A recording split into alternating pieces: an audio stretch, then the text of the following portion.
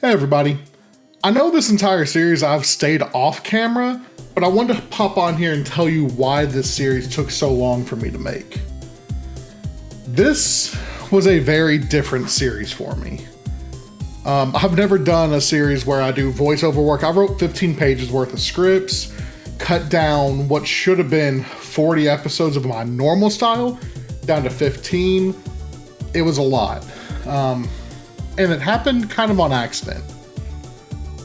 This series took a lot of twists and turns for me. When I first recorded it, I was using a new recording software and it didn't record my vocals. All I had was gain volume. So I'll be real, I was ready to give up after that. And it was kind of hard to get the motivation to get going again. And I spent days thinking about, what am I going to do with this? I just recorded all this footage. And then it finally came to me. I can record voiceovers and just present it the way I presented it. Well, while I was doing that, I had the idea for the classroom. And I'm really happy with how the class stuff turned out. I feel like that's what sets this apart from other content that I've made, is kind of teaching those moments. So I'm gauging a lot of my future content on how this performs. I don't expect a lot of y'all to watch this movie. It's long, but I thought it'd be really cool to take all that we put together and put it together in one movie. And I'm really excited to share it with you all. I'm very excited about this content. I'm very excited about the future. And I just wanted to pop on here and tell you all sincerely, thank you all so much. The amount of views I've had across all the platforms I've been a part of, you all are fantastic. And I appreciate every second of it. All right, guys, we're gonna jump in here. This is gonna be the last time you see this face in this series. So remember, take care of yourself, take care of your friends, and be better. Thanks for watching. The hardest part about starting any monotype challenge, meaning a Pokemon challenge in which you must use one type of Pokemon, is getting your first Pokemon.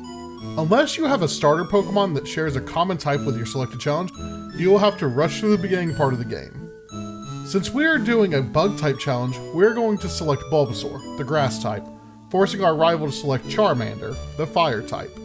This will allow our rival to keep a type advantage against us throughout the game. After running a quick errand for Professor Oak and getting our Pokedex, it is time to head to Viridian Forest and catch our first partner. It isn't long until we run into Silky, our Caterpie.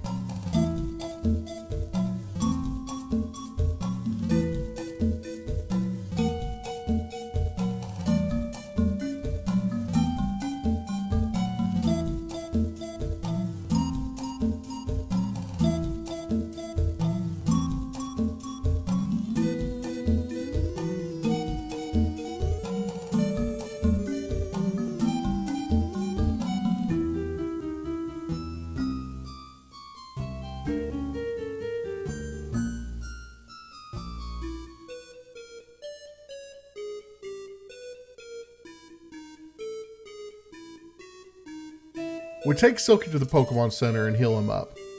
After depositing Bulbasaur in our PC, it is time to inspect Silky and find out that he has an adamant nature. In the Pokemon world, the nature of each Pokemon decides what kind of stats it will have. In the case of Silky, he would have a higher attack stat and a lower special attack stat.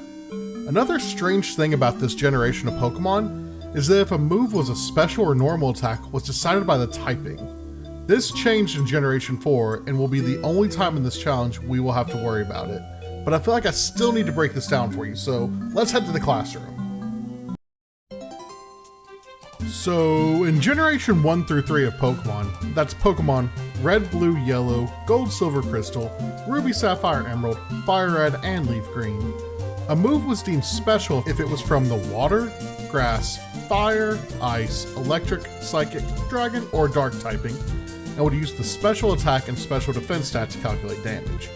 If a move was from the Normal, Fighting, Flying, Poison, Ground, Rock, Bug, Ghost, or Steel typing, it was a physical move and used the attack and defense stat.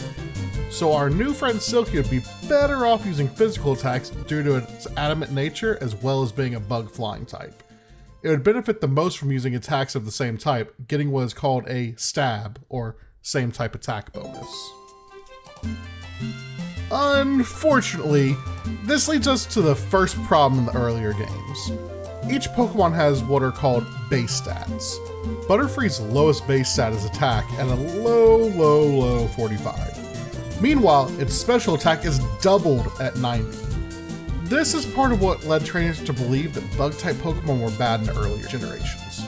Game Freak gave them stats that went against their typing and move pool. You will see this evolve and get better as the games go on. For now, let's get back to the action. It's time to go back to Viridian Forest. I've already planned my team out since there are only so many available options in Fire Red or Leaf Green. We had to make a choice between Scyther and Pinsir, and I went with Scyther for this attempt. With such limited options, we had to double up on a Pokemon as well, and I chose to double up on Butterfree. As the challenge plays out, it will become clear why. But for now, let's go ahead and grab a Weedle and name him Spike.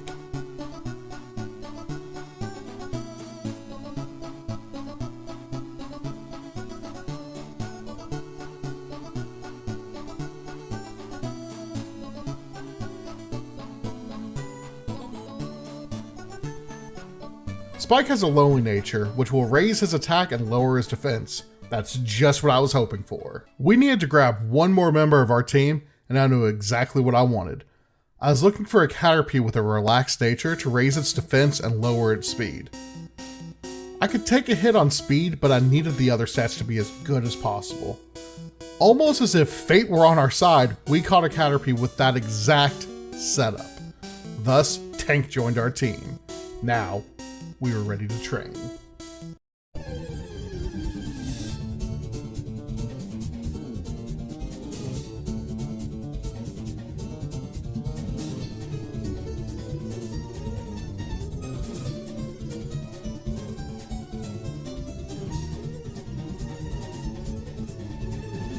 Something that's great about the early game bug types are the early evolutions. Both Caterpie and Weedle evolve at level 7 to Metapod and Kakuna, then again at 10 to Butterfree and Beedrill. However, it is still a pretty slow process to train them since they have very basic low impact moves. Tackle and Poison Sting.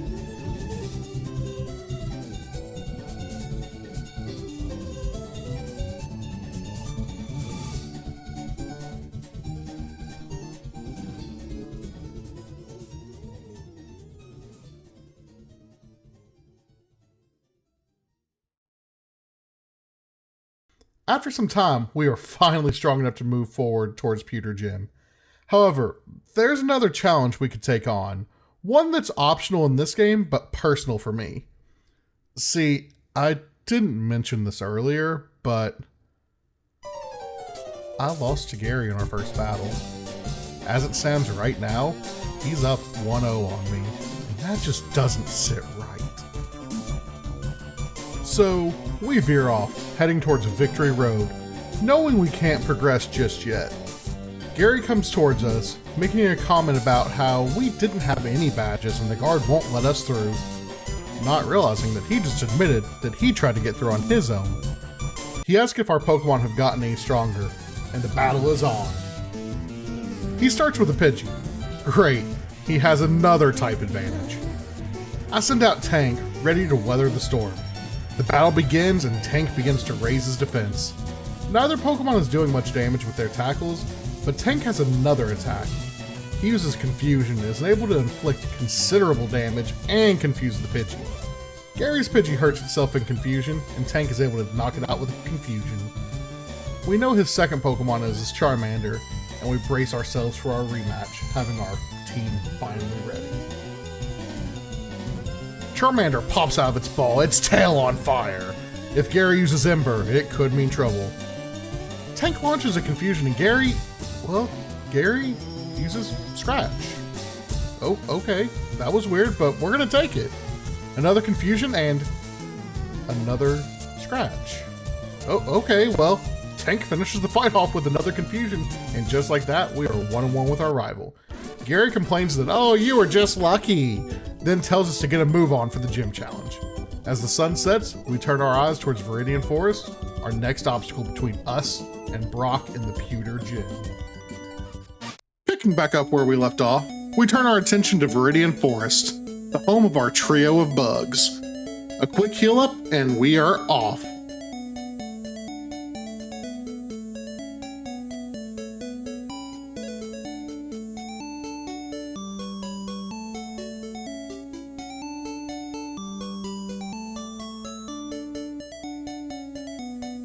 After entering the forest, we are assaulted by both bugs and trainers.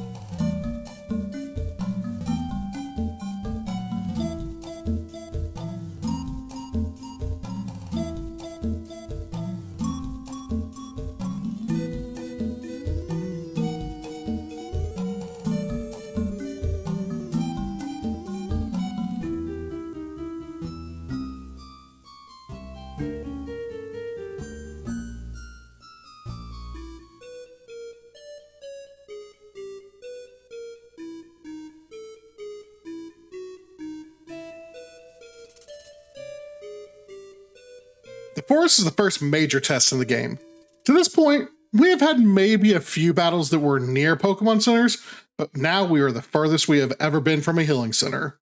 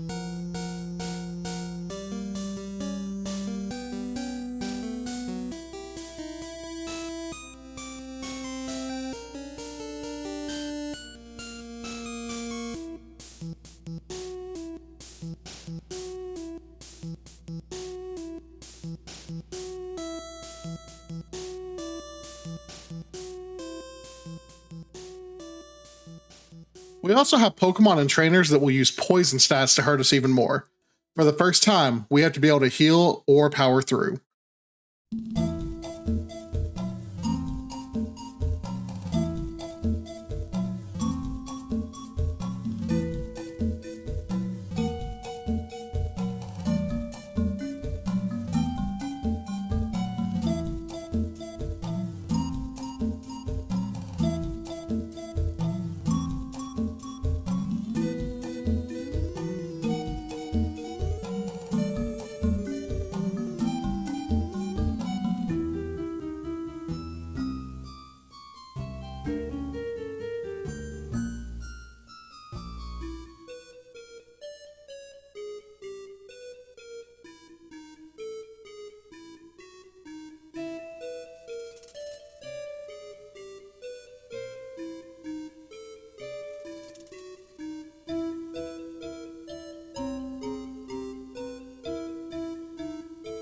With the items we collected along the way and the power of our Pokemon, we were able to emerge from the forest mostly unscathed. We make a beeline for the local Pokemon Center and heal our team up. It's almost time to go face Brock and claim our first badge, but we have one thing to do first. You may have noticed that Silky hasn't evolved yet. Well, that's because we're withholding his evolution until level 15 so he can learn the move Bug Bite. It's a fantastic early game move and... Wait. Apparently this move wasn't introduced until Generation 4, so, okay, that wasn't great, but let's just move on. We stall for a little bit, exploring Pewter City and getting some more intel on Brock.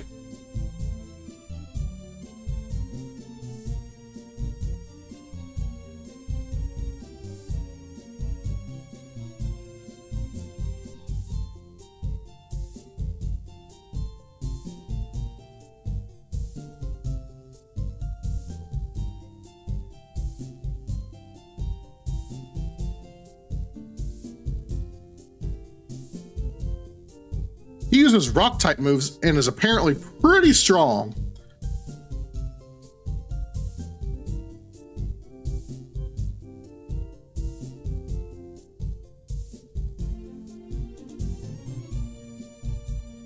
We enter the gym and are confronted by a trainer.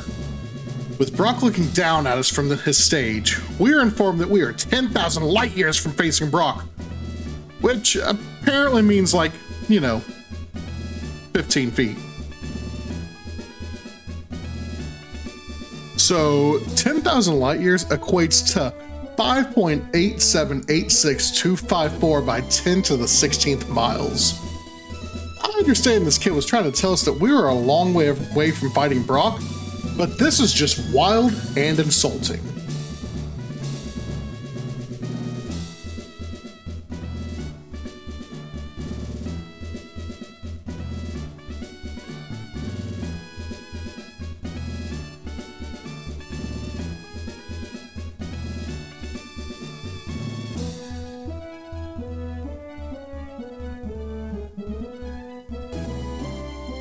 Regardless, we beat the trainer and step up to face Brock. We are once again at a disadvantage with our team. Brock is strong against bug and flying. We have to use our heads and come up with a better strategy than to just blindly attack. Now, let me explain why I wanted 2 Butterfree. Let's talk about abilities. Some abilities in the game are very easy to see the usefulness of, such as Intimidate or Poison Point. Others, however, are not so obvious. Take Butterfree and Compound Eyes. Compound Eyes increases the accuracy of moves by 1.3. So say we take a move like, I don't know, Sleep Powder that only has a 75% chance to work and use it on a Butterfree with Compound Eyes. That 75% goes all the way up to a 97.5 chance to hit. So by having 2 Butterfree, we can double our move pool and increase the amount of lower accuracy moves we can field. That is the key to this challenge, and I'm going to prove it to you right now.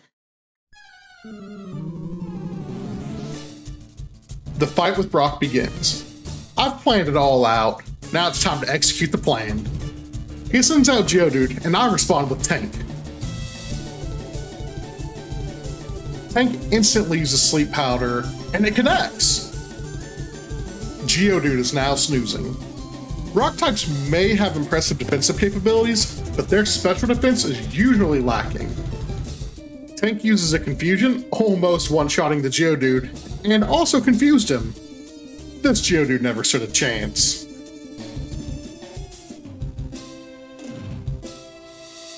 We knock him out and move on to Brock's ace, Onix. This is where the real test starts. Tank once again uses Sleep Powder, and the low accuracy move hits again.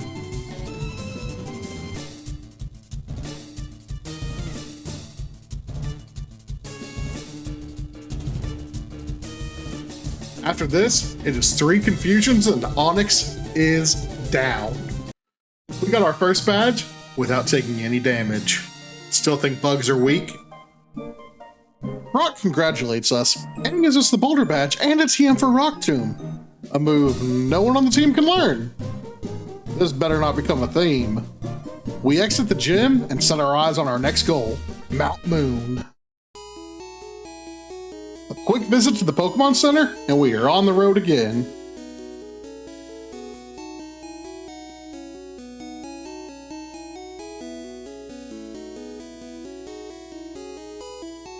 We put Silky at the head of the party, knowing that he needs to evolve.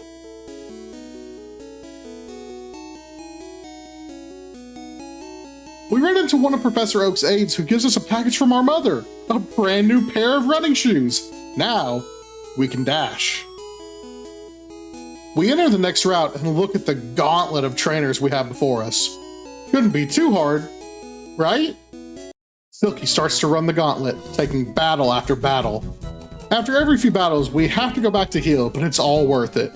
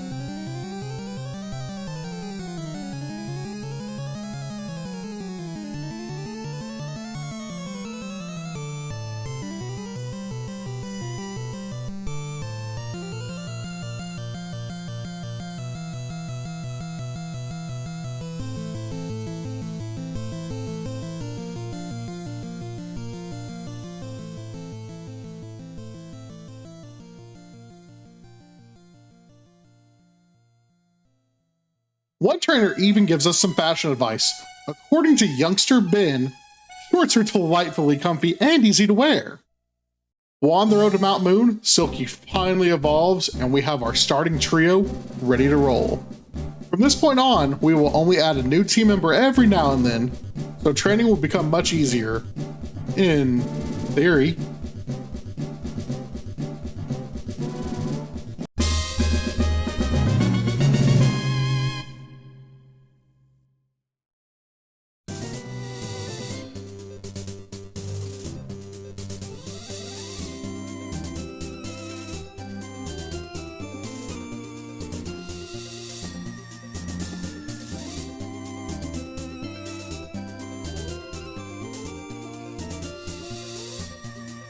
With our trio evolved and ready to roll, we finish out the gauntlet with ease, making our way to the entrance of Mount Moon, eager to move forward and find our next partner.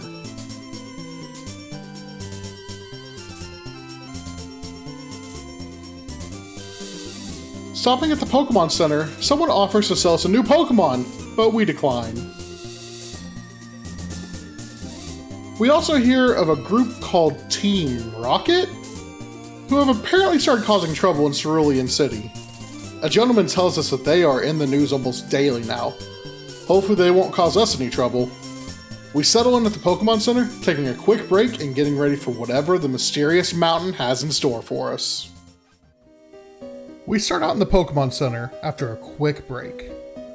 We know our team well at this point, and we know our next gym leader is the Water-type specialist, Misty. We need someone to help deal with her aquatic-based attack. Maybe there's a new partner in Mount Moon. We enter the cave and immediately find a TM for Bullet Seed. This must be a sign. We battle a Bug-type trainer who tells us there are suspicious men in the cave.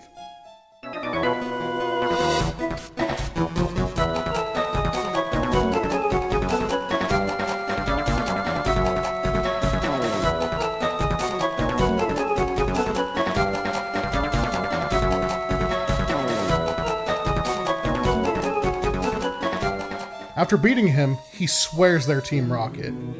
What are the Rockets doing here? Hopefully, we can just avoid them.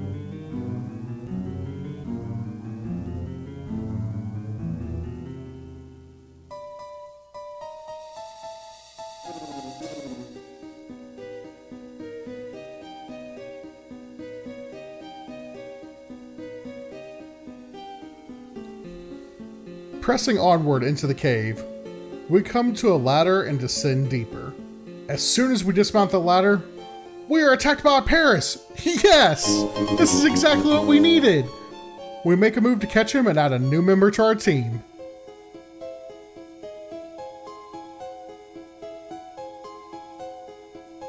Our new fungal friend becomes Guy, and we check his nature. He has a naughty nature, which boosts attack and lowers special defense.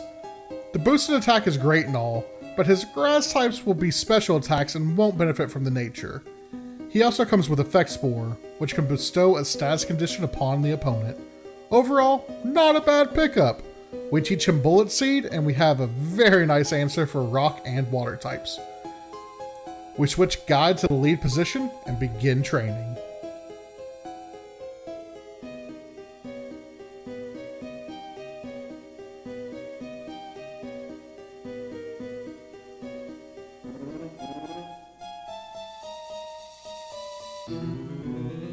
As we return to where we met Guy, we press farther down the tunnel and are ambushed by a man in a black suit with a giant red R on his shirt.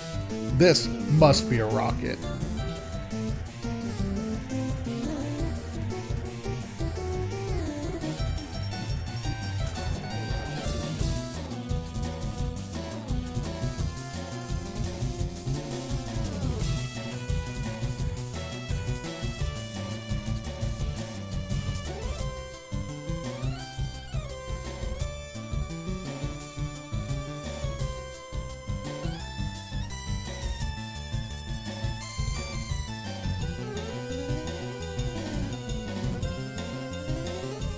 We battle and come out on top. The grunt mutters that he blew it under his breath. These guys aren't so scary. We can take them on. After our brief scare with the Rockets, we push deeper into the cave, trying not to bump into every Zubat in the region. We meet and battle various trainers, learning more and more about what our strengths and weaknesses are as we go. For example, steel types like Magnemite pose a pretty big problem for us, but we were able to power past them by following our Brock strategy. In fact, let's take a moment and head to the classroom. Something many younger or newer trainers don't think about is non-damaging moves and switching Pokemon. I have my game set to set, so I don't have the opportunity to switch out my Pokemon after knocking out an opponent. This is typically done on challenges to help increase the difficulty. Due to this, you will often find yourself on the wrong side of a type matchup. You could just switch out, but then your new Pokemon entering the battle could take a costly hit, or your opponent could be using Pursuit, a move that hits a switching Pokemon harder. If you use a status move, such as Sleep Powder, or find a way to freeze your opponent, you can have a clean switch. On the topic of status-inducing moves, there are many moves that don't do damage, but could be used to make your Pokemon stronger. In challenge modes, you need to learn how to use non-damage moves to your advantage. In the fight with the Magnemite and Voltorb, you see a few different non-damaging moves. First, we put both Pokemon to sleep. This allows us to knock out the Magnemite cleanly, as well as switch to Spike. Spike uses a move called Focus Energy, which increases his critical hit chance. Critical hits can change the way a battle goes by doing 2 times the normal damage. Double damage is crazy useful and can turn the tide of battle in a heartbeat. Don't be scared to try status moves and non-damaging moves out, especially in the new Scarlet and Violet games. In the newest releases, you can change to any move your Pokemon has learned, so test the waters and see what combos work for you.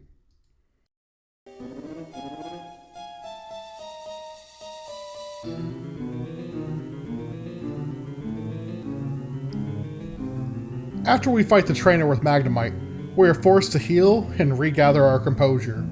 That battle was probably the most difficult so far. We have to make a plan for when things go sour. Right now, our main priority is to train up Guy and have him ready for combat. His unique typing and moveset will come in handy as we progress farther into the region.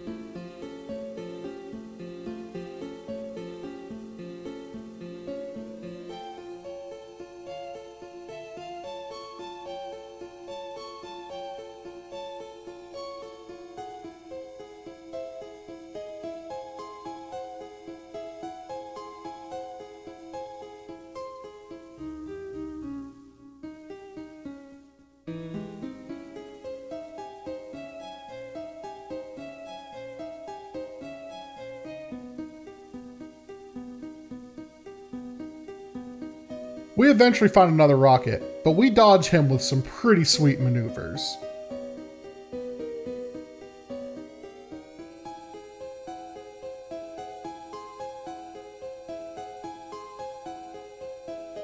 We heal Guy, then decide to fight the rocket after all. He informs us that they are pulling a big job, and that I should get lost. Well,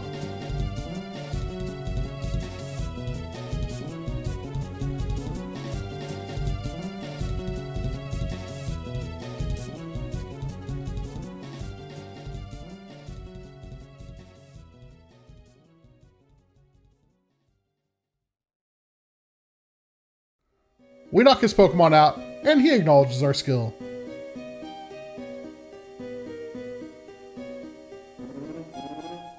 We grab the TM for Thief and teach it to Silky, giving us our first Dark-type move.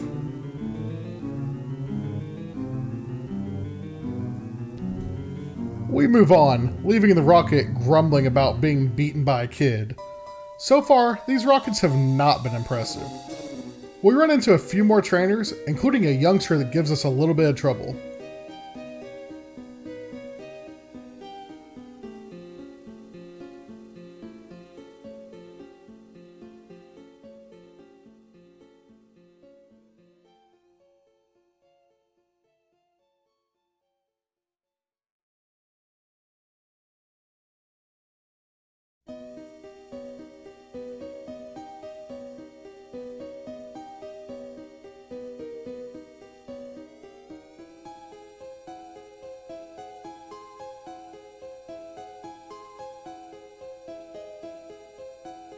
We run into a couple Clefairy, which are pretty rare, but this is a mono-type challenge, so I have to leave them be.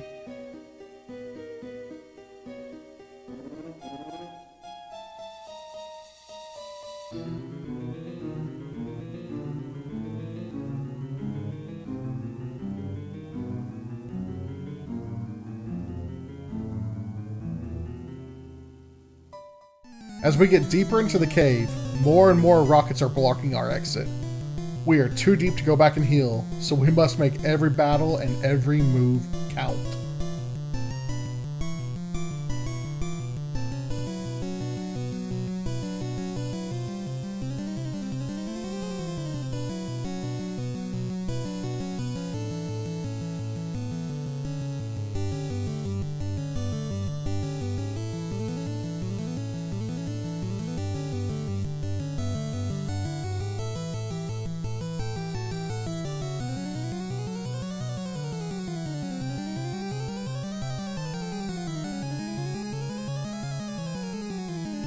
As we near the exit, there is one more rocket blocking our path.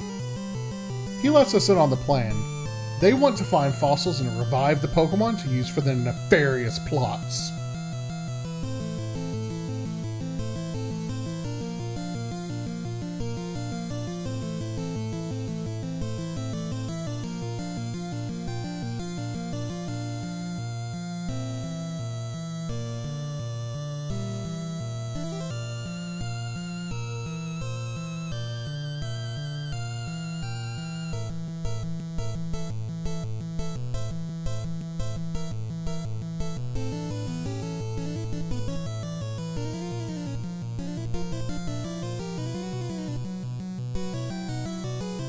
We beat the final rocket and advance towards the exit.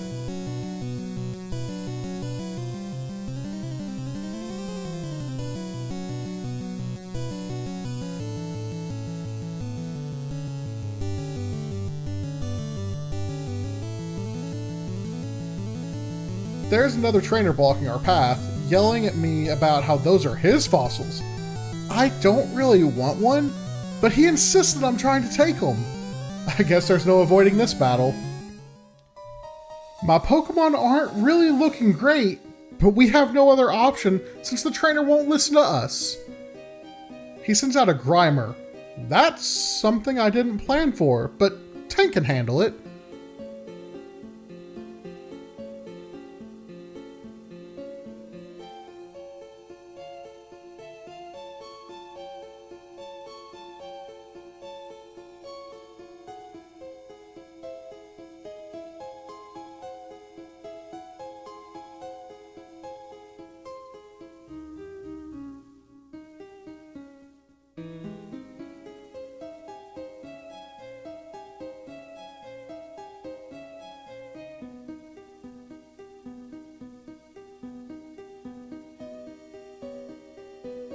We make short work of Grimer and move on to his next Pokemon, Voltorb.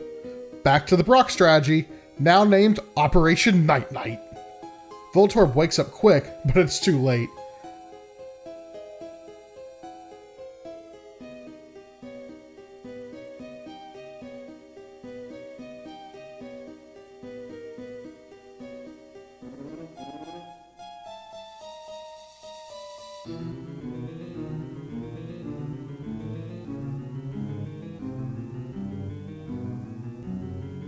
His final Pokemon is Coughing, which is another poison type.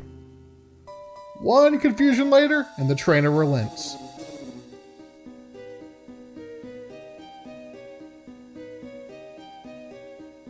He decides to share a fossil with me. I grab the Dome fossil, leaving the Mighty Helix fossil for him. He just needs it more than I do.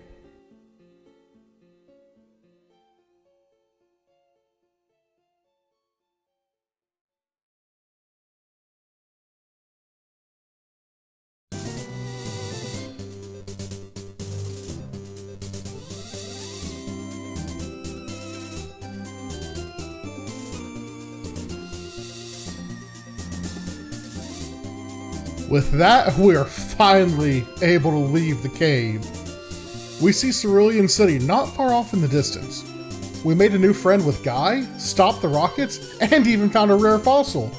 All in all, I would say that was a good adventure. Next stop, Misty and her water gym. I also heard rumors of a huge Pokemon fan on the other side of a famous bridge. Maybe I should stop in and meet him. Upon exiting the cave, we blink in the bright sunlight. Not far from us, we hear a few men practicing karate.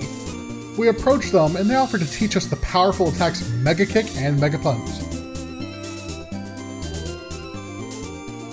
which we can't learn.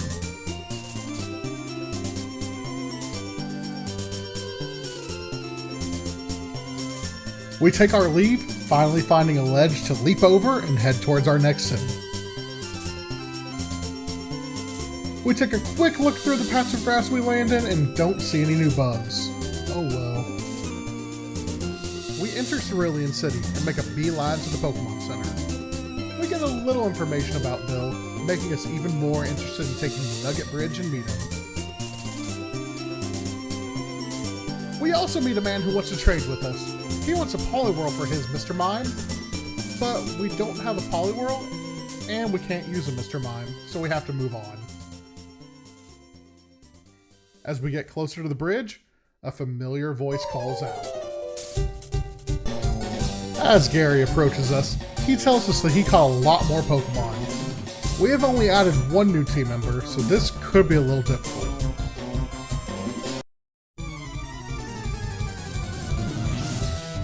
He starts off with his evolved Pidgeotto, which Spike is able to poison before getting knocked out. This could be bad. Tank comes out next and is able to take Pidgeotto down. Not the start we wanted, but we stay calm. Charmander comes out next, and we use Operation Night Night to make quick work of him.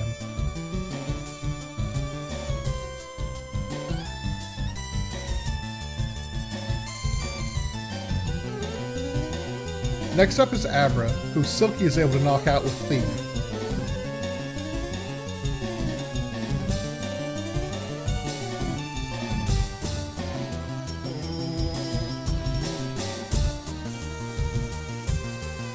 Gary throws his final Pokemon, Rattata.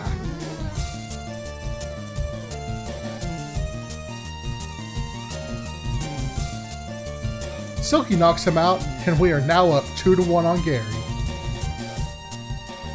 He tells us to go see Bill, which was already our plan, and then gives us a fame checker, since we're gossips apparently. We heal up after a decent battle and get ready to tackle Nugget Bridge. Rumor has it that you will get a prize if you can beat the 5 trainers guarding it. Since we need to get to Bill regardless, might as well get some experience along the way.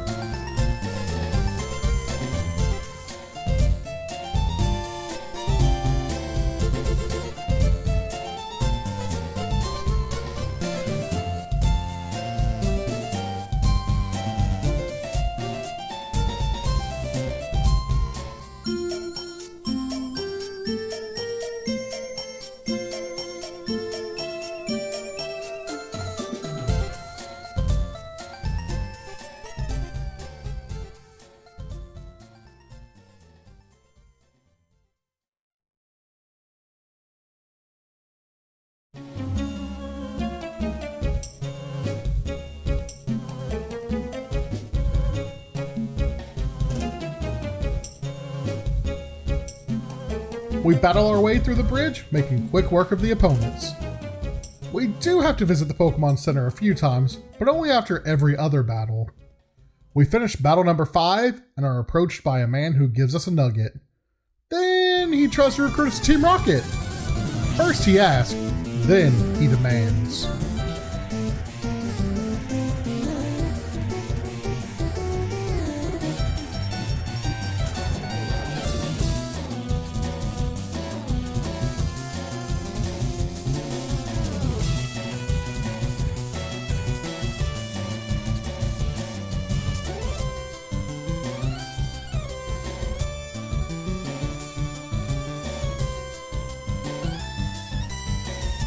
Once again, we defeat the Rockets somewhat easily and move on. With the Rockets taken care of, again, we once again check for any new bugs, finding nothing new. A quick heal, and it's time to go to Bill. We want to see if he can teach us anything more about Pokemon, as well as thank him for creating the Pokemon storage system. There are a lot of trainers along the way, so we can get a little more training before Misty.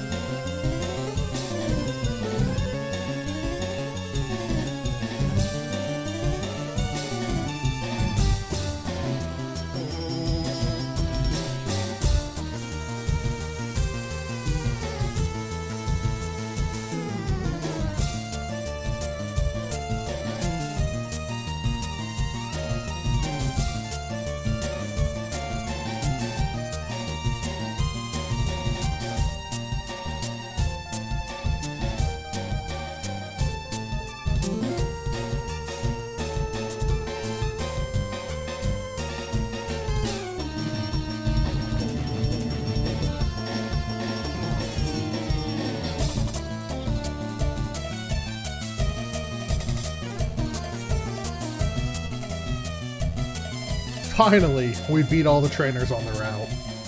We snagged the TM for secret power and quickly teach it to Silky, adding another move to our arsenal. You know what? This sounds like a good time to head to the classroom. Secret power is a very interesting move introduced in Gen 3. It was used in Ruby, Sapphire, and Emerald to make secret bases outside of battle. In battle, it is a 70 power normal move that has an interesting side effect. Secret power will inflict damage and has a 30% chance of triggering a second effect based on the environment you're in. So if you're in a building or plane terrain, you might inflict paralysis. If you're in sand, you will lower accuracy. Caves cause flinching, rocky terrain causes confusion, tall grass inflicts poison, while long grass causes sleep. Makes me think of the Wizard of Oz and the Poppies. As far as water goes, if you are in a pond, you will lower speed, seawater will lower attack, and underwater will lower defense. The animations will also change depending on the terrain, so you will know what kind of effect might occur. This is a solid physical move at the exact moment we needed it. Beating the last trainer between us and Bill, we finally arrive at a simple home built into the mountain. Entering without knocking, as is my style, we are greeted by a talking Pokémon. Wait.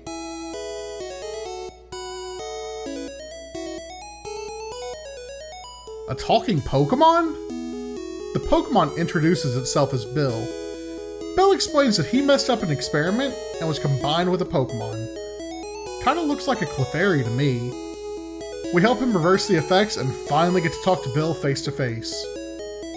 Bill thanks us by giving us an SS Anne ticket. The SS Anne is a boat anchored in Vermilion City that often hosts parties.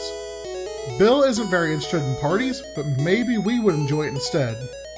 The only question I still have, what happened to the Pokemon that he combined with? We leave Bill's house and start planning our next move. We need to beat Misty still, but after that, maybe a party would be fun. Rumor is the captain is a pretty skilled swordsman, and there is also a gym located in Vermilion. Seems like an easy choice. First things first, let's go deal with Misty. As always, we have to heal up after some tough battles. Taking a quick look at our team, we feel confident that we can win. Entering the gym, the advice guide tells us that water is weak to grass and electric. Guys should be able to do some damage in this gym. We fight the first trainer, who I'm impressed by treading water as we battled. Like seriously, we go to fight this trainer, they're swimming, and they just keep treading water. It's really impressive. Have you ever tried treading water? Sorry, I got off topic again.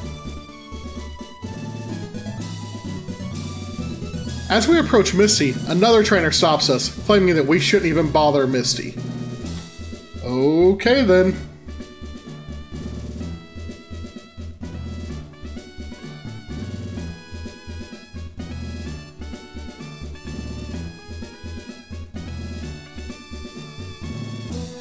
We make quick work of her Goldeen. She did a tiny bit of damage, but enough to make me want to heal one more time. After healing, we go right back, ready to face Misty at full power. Guy seems ready, but I'm a little less confident. See, Misty has two Pokemon, one of which is fully evolved already. So, a big reason to use bug Pokemon in the early game is the early final stage evolution. I mentioned this during the training montage in the first episode. Bugs grow quick and reach their final form usually before the first gym. This is great in early game, as you often won't be fighting other fully evolved Pokemon. When a Pokemon evolves, it not only changes appearance, but also grows way stronger. Most of the time. As other Pokemon begin to evolve, you start to see early game bugs drop off. Misty has a 2-stage final evolution Pokemon, Starmie. Starmie is just stronger than anything we have. The gap isn't as large at this point in the game, but large enough to cause concern. All we can try to do is outsmart our opponent, as we are once again at a strength disadvantage. Misty starts with Staryu, while I send out Guy.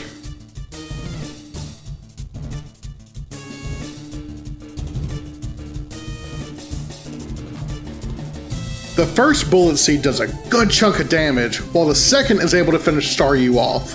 This is a great start! Next up is Starmie. It doesn't take long before things start to swing against us. Staryu was able to confuse Guy before being knocked out, and Starmie is hitting us hard. Guy tries to leech life against the water psychic type, but eventually falls.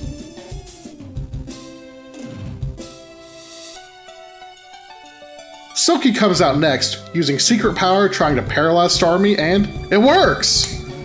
Starmie then shows something dreadful for us. It can heal with Recover. Almost immediately, Starmie is back near full health. Okay, this could be bad. Silky does his best, but he ends up falling as well. Spike takes up the battle next.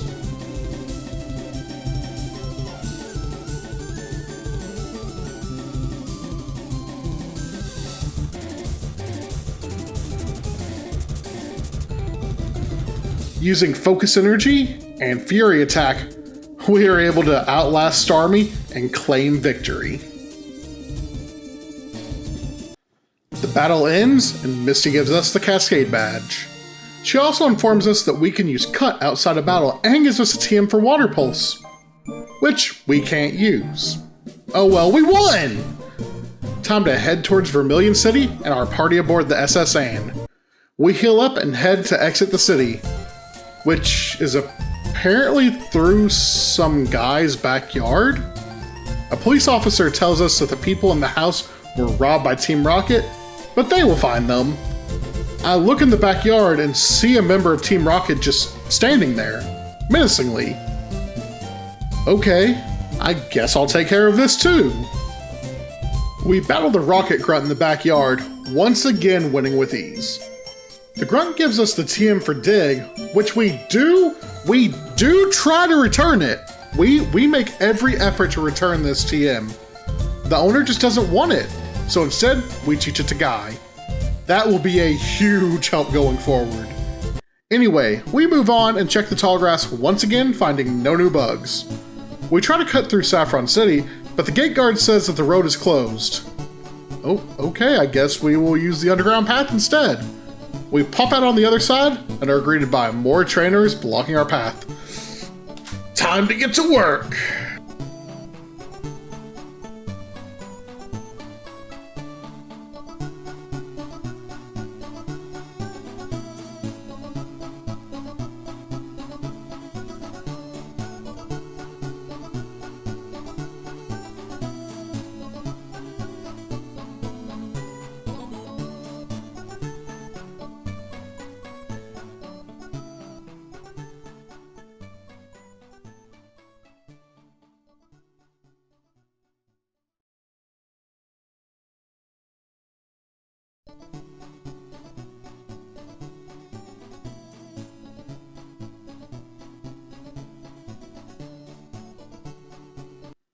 We must run through the trainers to get to Vermilion and the Pokémon Center.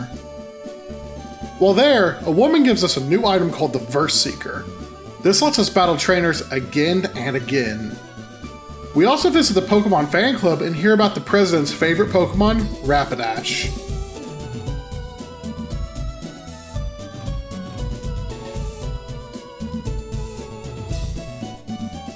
To thank us for listening, he gives us a bicycle voucher for a free bike! Score! In our excitement, we run back towards the bike shop in Cerulean and get accosted by trainers along the way.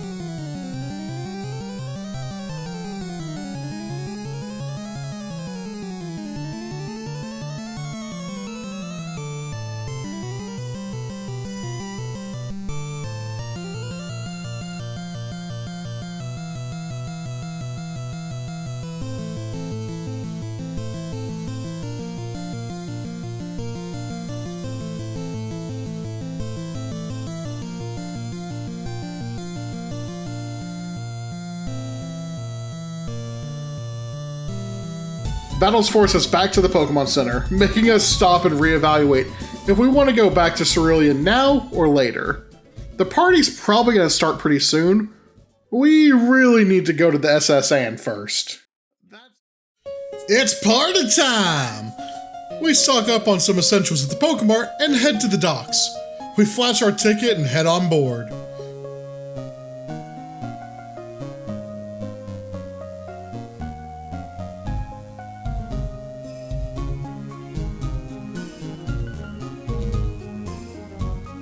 We are greeted by a sailor on the ship who tells us the passengers are getting restless and may want to battle. Well, that's just fine with me. Excitedly, we start to talk to other passengers.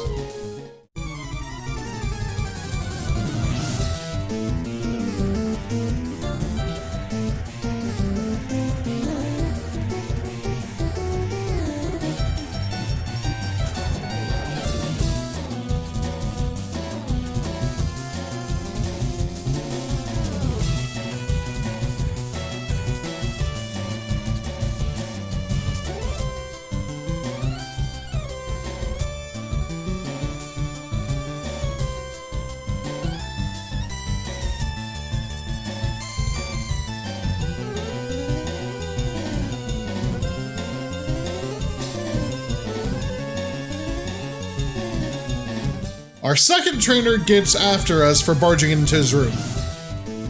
To be fair, I probably deserve that.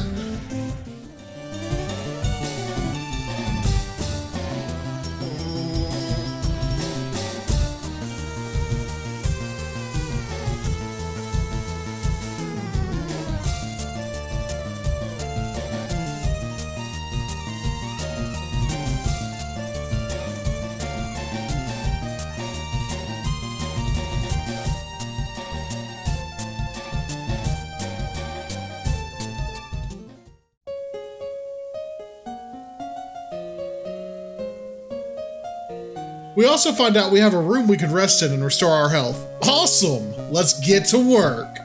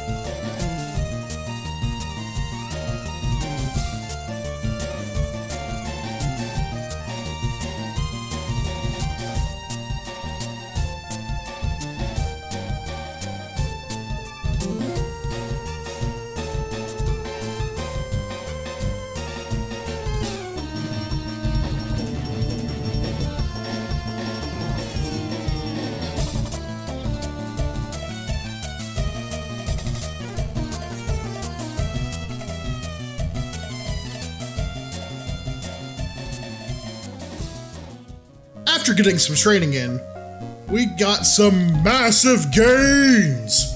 We found a TM for Brick Break, which our highest attacker could learn. We load up the TM on Spike and our fortunes change. We finally have a strong move that can carry us pretty far into this game. We also met the kitchen staff with some berries for us.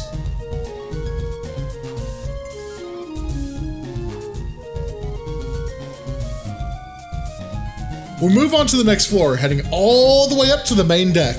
More battles broke out, with us coming out on top once again.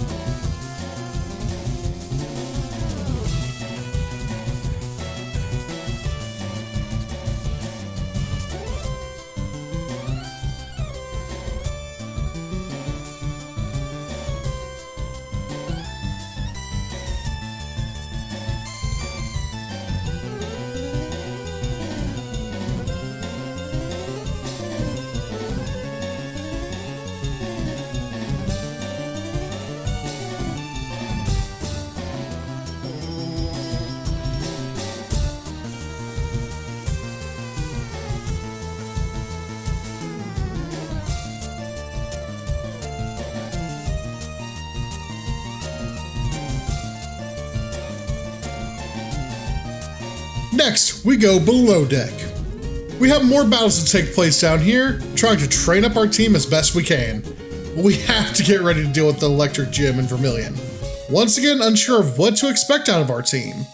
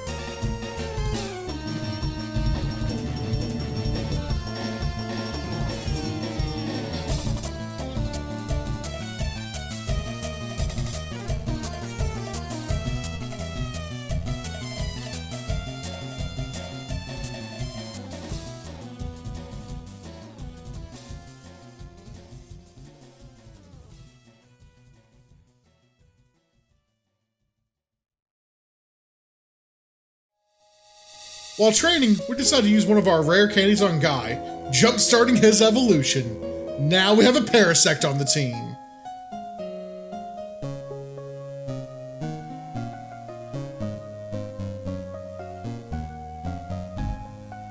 After his evolution, Guy became much stronger. He now has the highest attack on the team.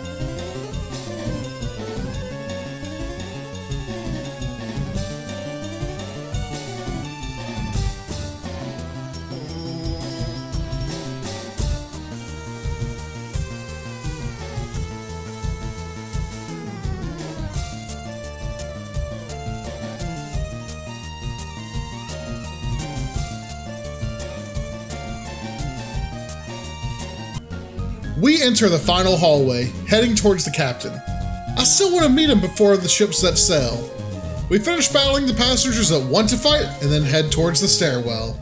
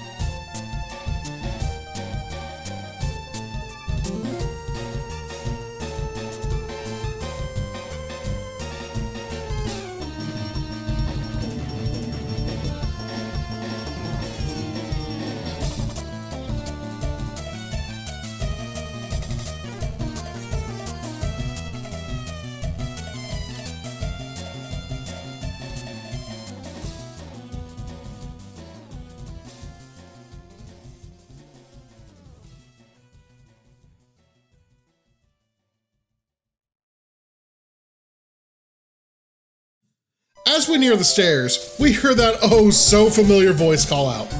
Oh great, it's Gary again. We are currently leading 2-1 and I plan on extending that lead. We take our stance and prepare for battle. Gary starts with Pidgeotto, being as predictable as always. Unfortunately, it isn't a bad opening move against my bugs.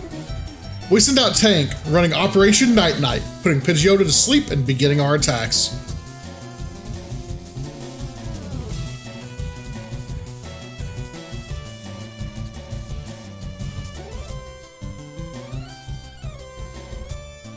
Pidgeotto did wake up, but Tank was able to handle him.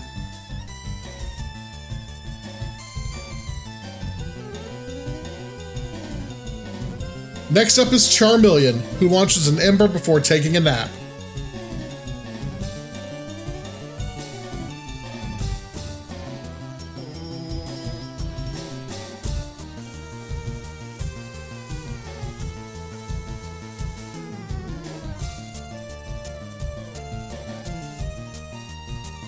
Charmeleon wakes up, burning away Tank before we can react.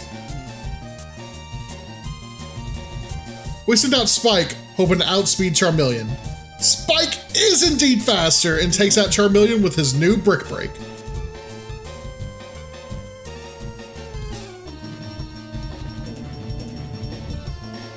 Kadabra falls to Twin Needle, and then we are facing down Raticate. One more Brick Break, and we lead 3-1 on Gary.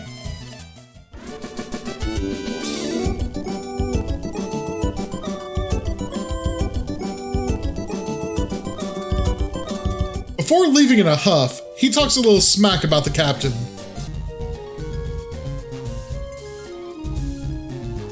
We head upstairs and find a very seasick captain.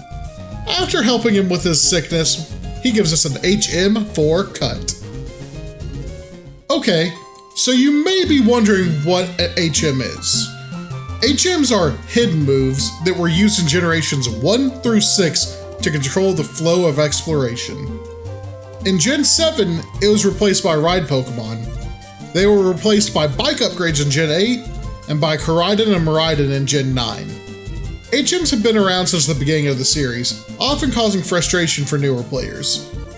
HMs are special in the sense that they can't be removed from your move pool without a special NPC named the Move Deleter. This means that you will often be down a move that may be better. In this gen, you have HMs for Cut, Fly, Surf, Strength, Flash, Rock Smash, and Waterfall. Flash is used to lower accuracy, while the rest of the HMs are attacks with varied powers. As they are needed, we will explain more. For now, let's just focus on Cut. Cut is used to cut small trees that may block your path. This move is needed to enter the Vermilion Gym, as well as to find hidden areas and places you may have already been to. This HM is one of the most needed moves, being used throughout most of the game. As far as in battle, Cut is a very basic attack. It has a base power of 50 with a 95% accuracy. At this point of the game, it isn't the worst move you could use, but it's not great either. We also have access to Flash at this point, but we haven't grabbed the HM just yet. We'll talk about Flash more after we get it, but this is one of my least favorite moves in the entire game. I'll explain why when we get there.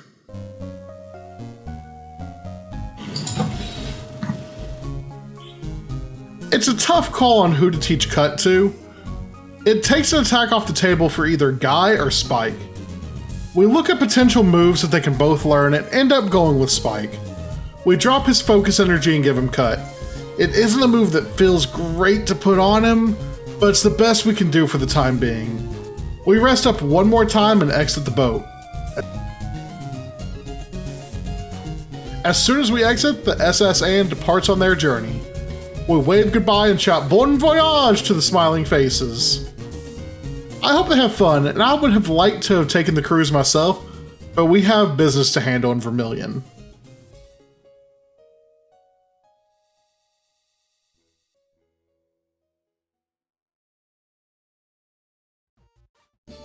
As we stand on the dock saying Bon Voyage to our cruise friends, we think about what comes next.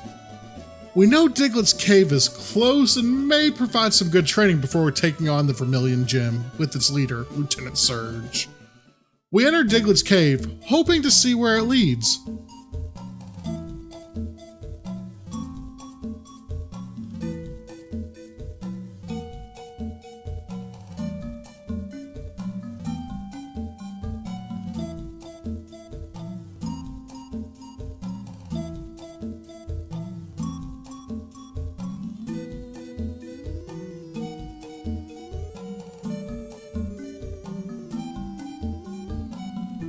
This cave is going well until we come face to face with a strong looking Doug trio.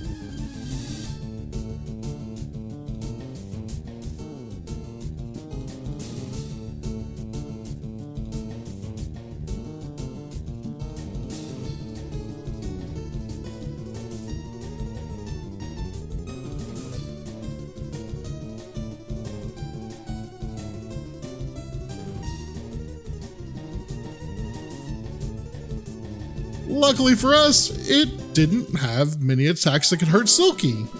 That was strange. We need to get out of here. This place could very quickly turn dangerous. Stepping back into the blinding light, I look around. We are back near Viridian Forest on the Pewter City side. This is cool. We could go home if we wanted. We head south, looking through the trees to try and see the forest where our journey truly started. Stepping into one of the rest stops, we see one of Professor Oak's aides.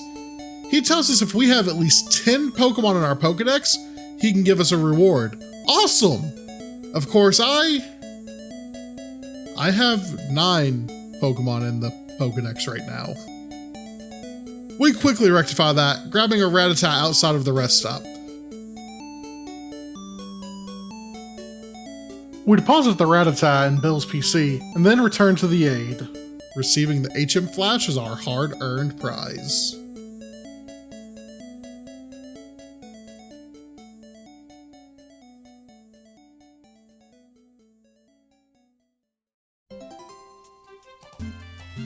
Okay, let's just address Flash and its place in Pokemon history. Flash is a move that was used in early Pokemon games, notably being a HM in generations 1 through 3. It is a 70 accuracy move that will lower the target's accuracy by 1 stage. In Fire Red, it is used to light up one cave in the main story. Honestly, it's useless. We are going to give it to Silky and take advantage of Compound Eyes, raising the accuracy to a 91%. Not a great move, but it's the best we can do. You will see this move be used out of combat soon, but for now, let's get back to the action. We use the move Cut and re-enter Pewter City, sneaking into the office of the museum. We meet a scientist who gives us an old amber, an item containing the DNA of the mighty Aerodactyl, a powerful Pokemon that we can't use. Oh well, nothing ventured, nothing gained.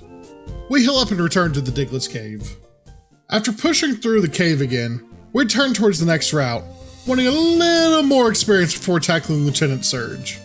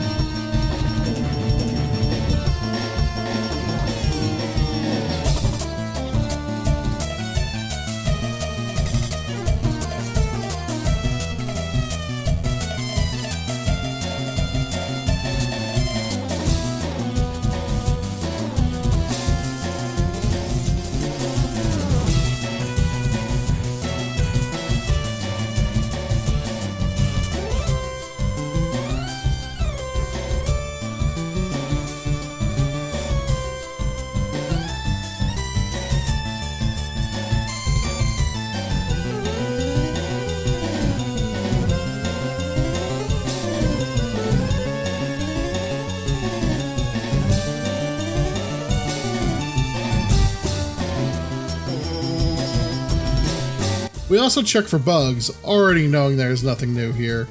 Never hurts to check, but we have an idea of where our next ally is.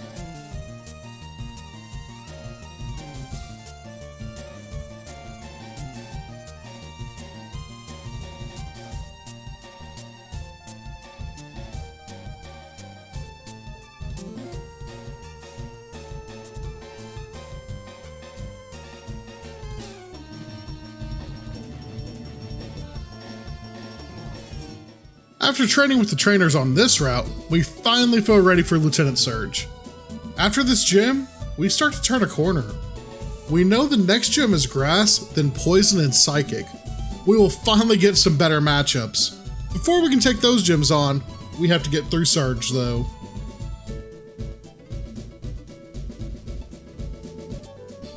We cut the tree blocking access to the Vermilion gym and enter.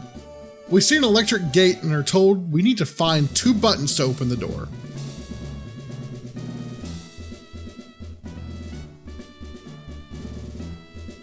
We solve the puzzle quickly, then take on the gym trainers.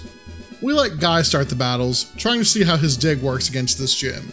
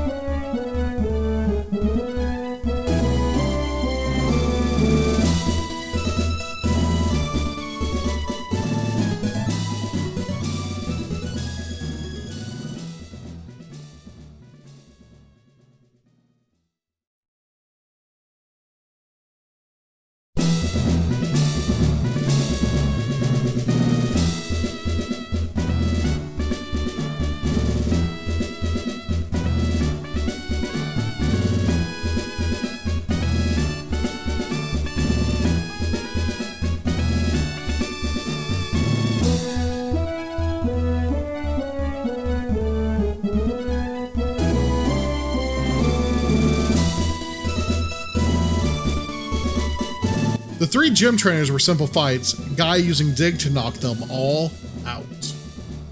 We step up to Lieutenant Surge, our adrenaline pumping. We challenge the Lightning American to a battle, leading Spike against his Voltorb. Spike hits Voltorb with a Brick Break, scoring a critical hit. Voltorb drops in 1 attack. Surge sends out Pikachu next, who also falls to Spike in his Brick Break. On the way out, he does inflict paralysis on Spike. Surge sends out Raichu, and despite being paralyzed, Spike wins us the Thunder Badge.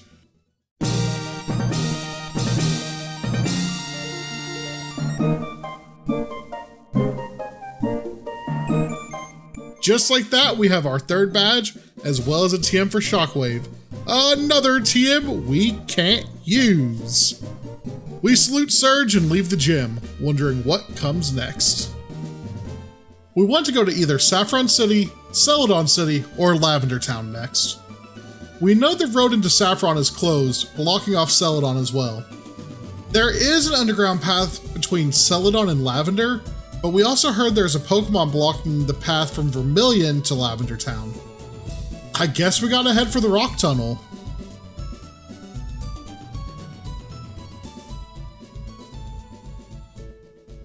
We heal up and head north, back to Cerulean City. There is a path to Rock Tunnel near Cerulean, and we do have that bike voucher. We might as well grab the 1 million Pokédollar bike.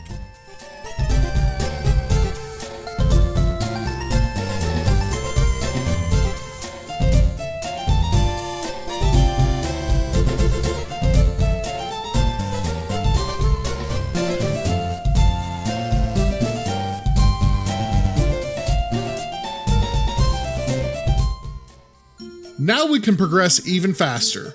We hop on our bike, heading towards a new route. Honestly, not too much happens on this route, so we're just gonna do a quick battle montage.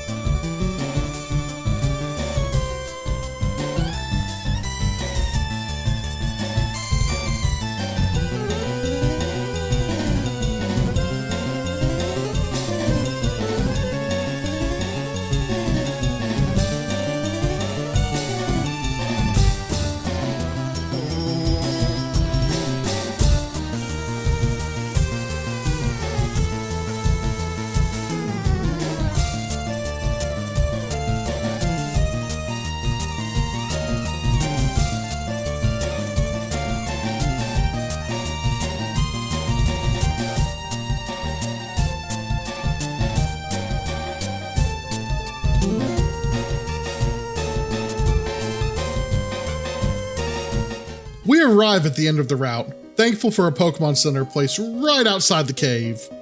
We heal up and learn that there is another of Oak's aides here. He wants us to have 20 Pokemon for an Everstone, but that's just not gonna happen. We rest up, getting ready for our journey into the tunnel. We enter a rock tunnel surrounded by darkness. No worries, Silky used flash and lit up the entire cave. We battle our way through the cave, trying to dodge Zubat and Machop as we go. None of the battles really stood out, which is a pleasant surprise. Our team has developed quickly and really gotten into a rhythm. I'm not sure if you all can tell or not, but Rock Tunnel is honestly my least favorite part of this entire game. You're having to waste a move on Flash for no real reason, you know, it wasn't used enough to matter. The trainers at this point aren't really difficult. The Pokemon you can find in here, you've been able to find everywhere else outside of maybe Machop, I'm not sure. And maybe Onix, but Onix isn't that good in this generation. So this, it feels like a pointless roadblock that was there to pad the game.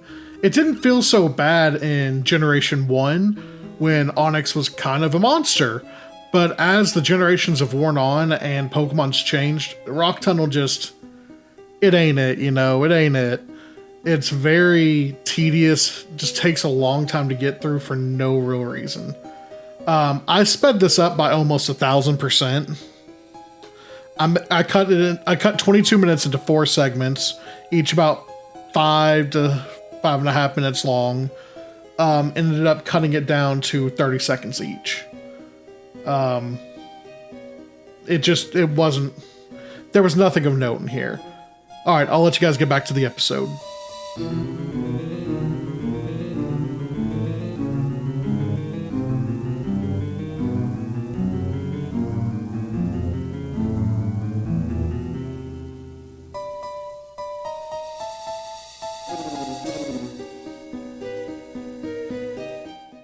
We exit the cave, heading towards the town of Ghost, Lavender Town.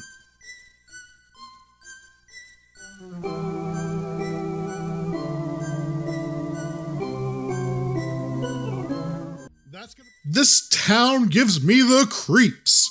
It's so quiet and eerie. I don't really want to hang out any longer than we need to. We head towards Route 8 instead, taking the path to Celadon. We battle the trainers along the way, clearing a path quickly.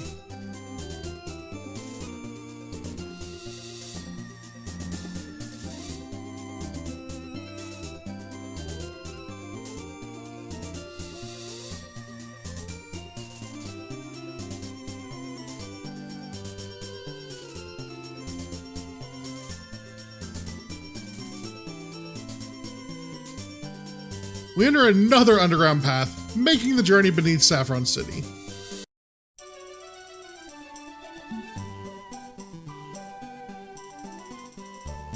We enter Showdown City and see a rocket. Great, they're here too. They also have a huge department store and a game corner, a place where you can play games to win prizes. We head to the department store and receive a few TMs from a thirsty child on the roof after buying her water, soda, and lemonade.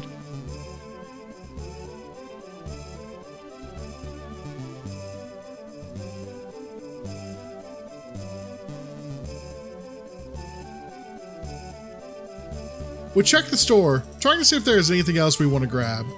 They have some items that help increase Pokemon stats, but that's something we can't afford to do right now.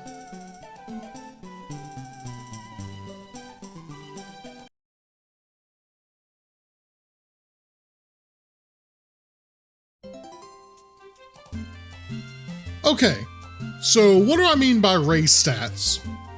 In Pokemon, there are 6 stats: HP, attack, defense, special attack, special defense, and speed that determine how powerful you are.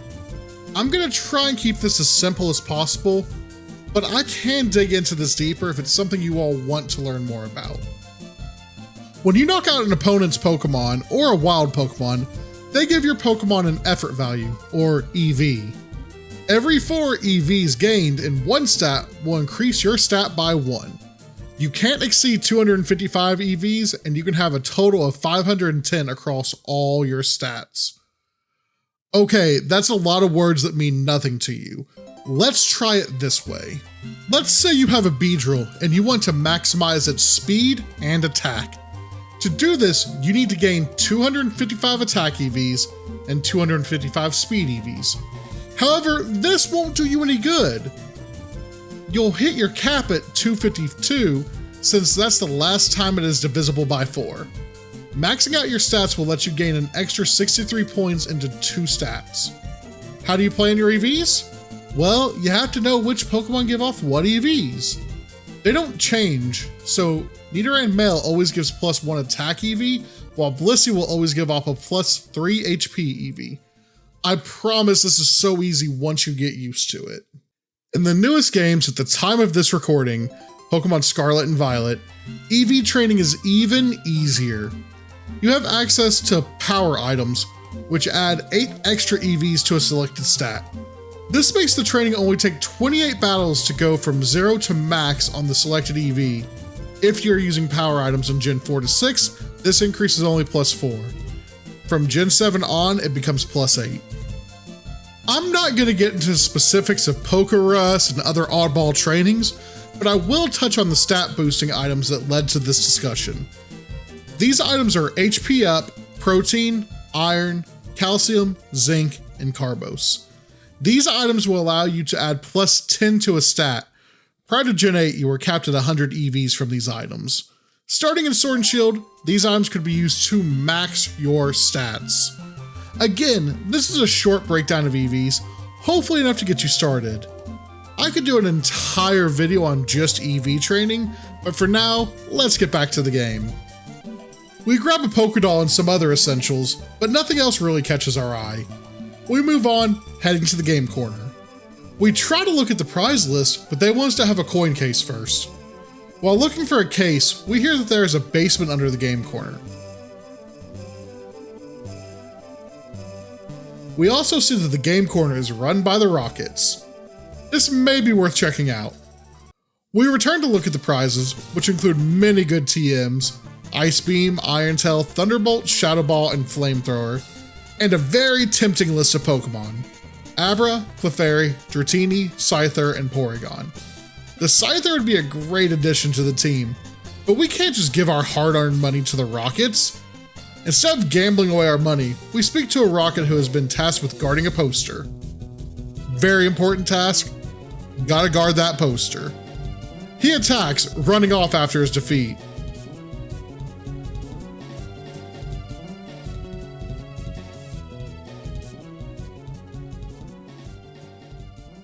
We notice there's a button behind the poster, but we have other business to attend to before fighting the Rockets again.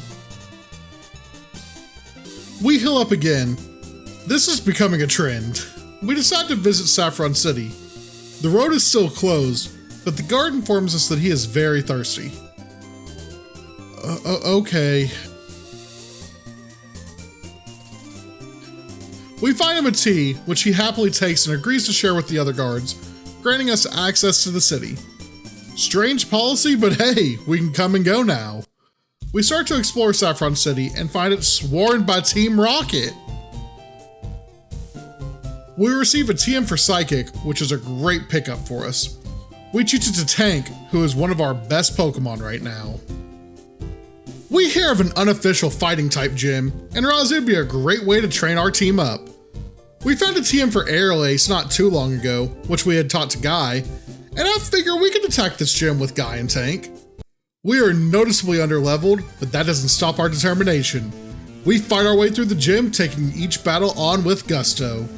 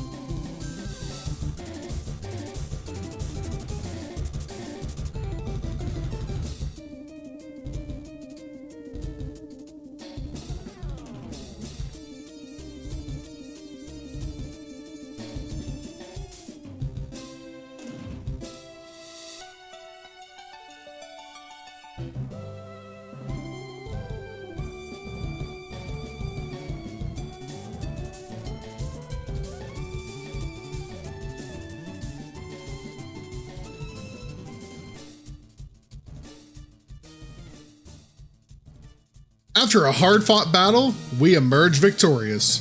The leader gives us a Pokemon, a Hitmonchan, which we can't use. This is getting exhausting. We use our last 2 rare candies on Silky to make sure he can learn Gust before our next gym. It is time to get back to work. We are going to go fight Erica, the grass-type leader of Celadon Gym. Upon arriving to the gym, we are greeted by the women of the Celadon Gym and begin battling the trainers.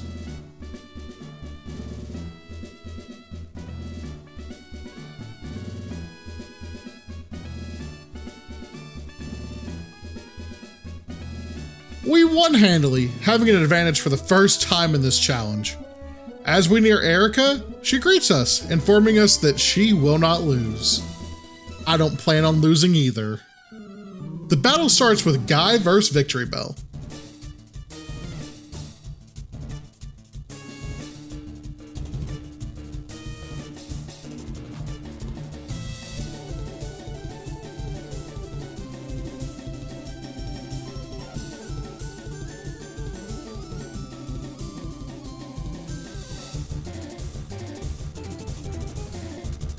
Even though they are the same level and each have a super effective attack against each other, Guy comes out with the victory. Vileplume is next, who also lost to Guy.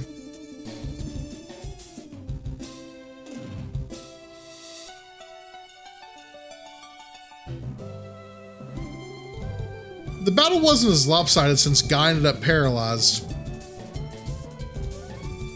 Erica sends out Tangela, who uses a move called Ingrain to heal after every turn.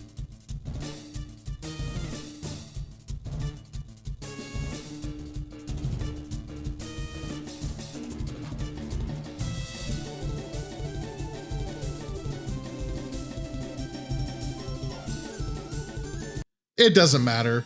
Guy sweeps Erica, earning us the Rainbow Badge and a TM for Giga Drain. We finally have a TM we can use! I debate on who to give it to, eventually landing on Tank. We lost the stab that we would have gotten giving it to Guy, but with his higher special attack and need of move variety, this is the right choice. Now Tank can heal himself during battle. We head to the Pokemon Center and get ready to explore the game corner. We gotta find out what the Rockets are doing and try to help another city.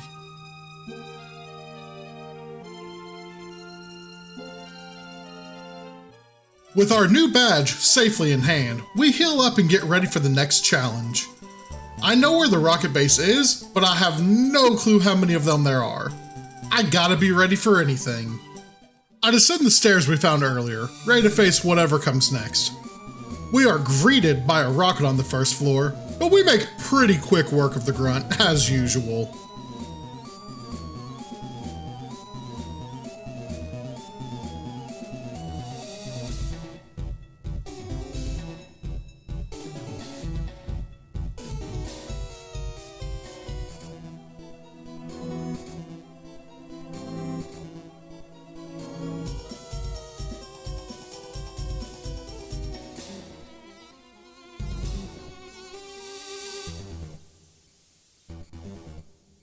How are these guys taking over cities? They aren't even tough.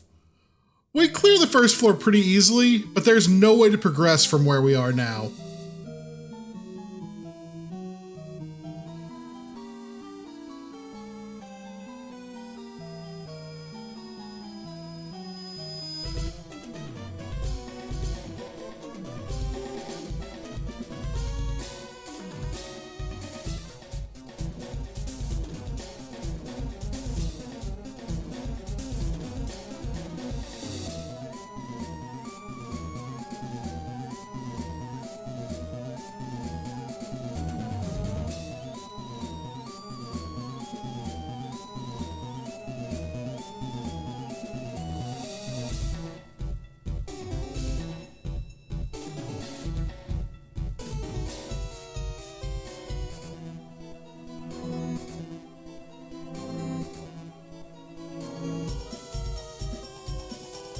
We head down to the next level, noting some strange arrows on the ground. We jump on the pad and start spinning out of control!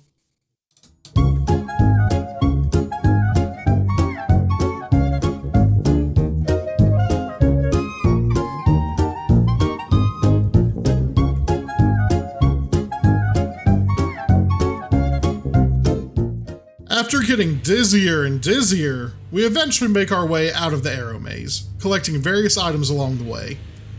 We go back upstairs and find a few more rockets. These rockets mention the Silph scope, an item that can apparently let us see ghosts. Spooky! The other rocket tells us to take the elevator to see his boss, but we have to find a key first.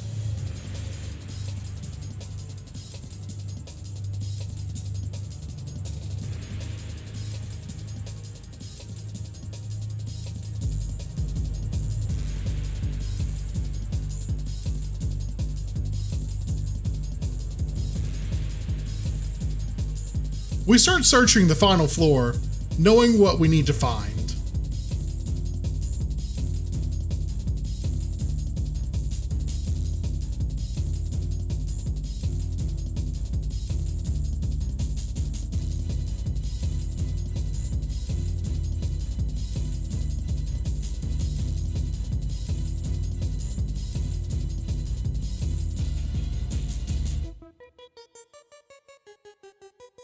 We find more spinning panels, but we know what to do.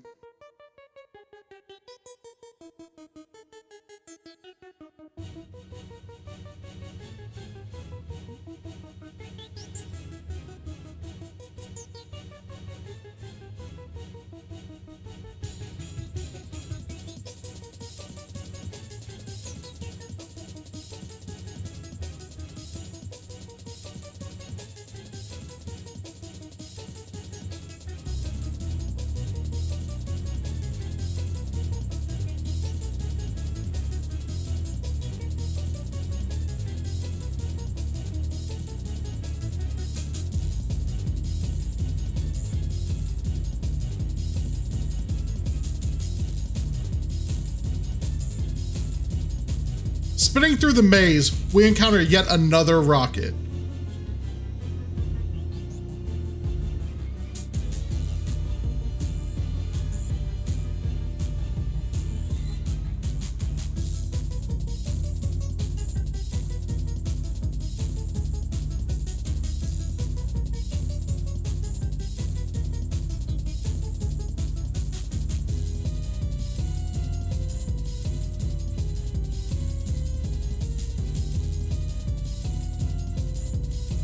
This one drops the lift key. Now we can move on to the rocket boss. It's time to end this battle once and for all. After another rocket.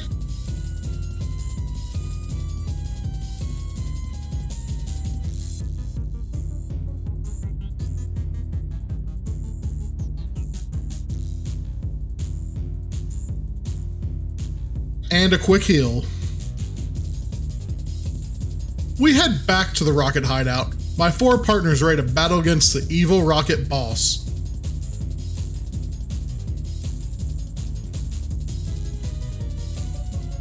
The boss has 2 rockets guarding the door. This guy can't even fight his own battles. The way the rockets take over an area must be with overwhelming numbers. Oh well, we defeat both grunts. Now just one more battle to go.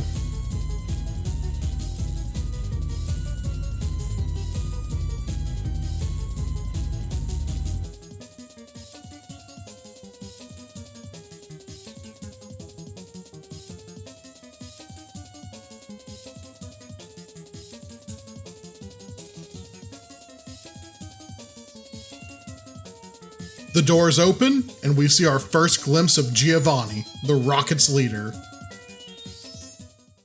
The battle starts suddenly, with Giovanni sending out Onyx. Silky starts for us, using Flash to lower Onyx's accuracy.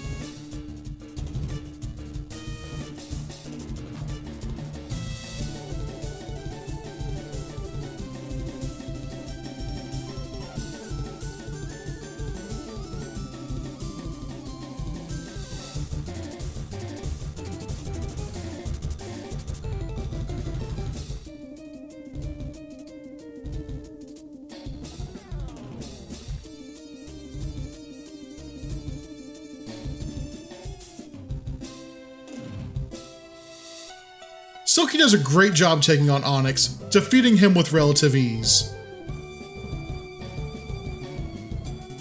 Next up is Rhyhorn. We use the same plan, trying to lower its accuracy as quickly as possible.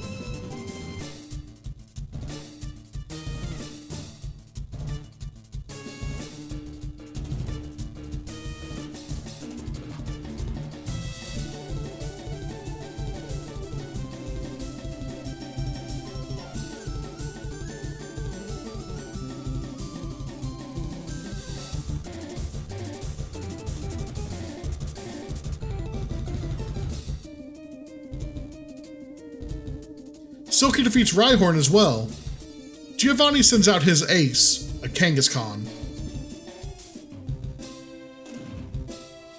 It defeats Silky with a single move. We send Spike out with his fighting type attack.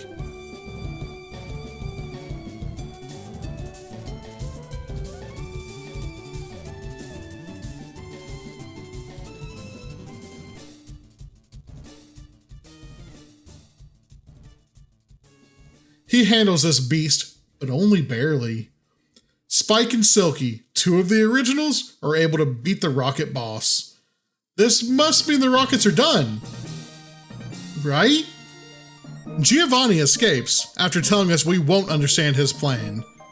He leaves us the Silph scope. Well, that's good at least. We wanted to end the Rockets organization, but we will have another shot at that. The Rockets in the city are gone, so we take the time to heal and recover from our battle. We know that Lavender Town has a ghost problem, so maybe that should be our next stop. A few episodes back, I mentioned something called base stats.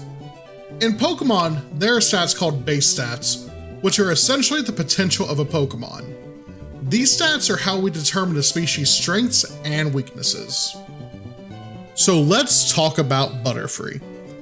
Butterfree is one of the original 151 Pokemon.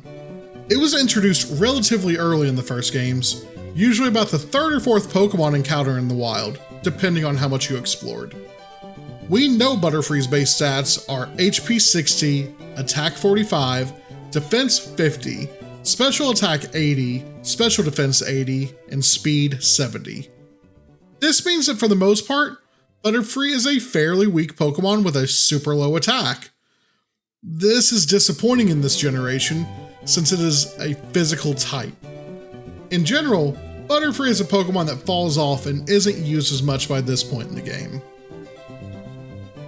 However, this isn't the end of the story for Butterfree in Generation 3. With the addition of Compound Eyes, which we talked about earlier, and some great status-inducing moves, Butterfree can become a support type. This is how we have been using Silky and Tank so far. They put their opponent to sleep or lower their accuracy and start chipping away. This is why I wanted to make this series. Base stats aren't all you need to consider when selecting a team. Having status-inducing moves can be tough since they are often lower accuracy, but Butterfree works around this issue. Don't be scared to try out new Pokemon. You never know if you'll find your new favorite. Before heading to Lavender Town, we exit to the west of the city before being blocked by another Snorlax. We notice some grass behind a small tree and set out to explore. Noting some trainers, we decide to go ahead and battle. This ended up being a tough battle. We end up face to face with a pair of Fire-type Pokemon, a Rapidash and a Ninetales.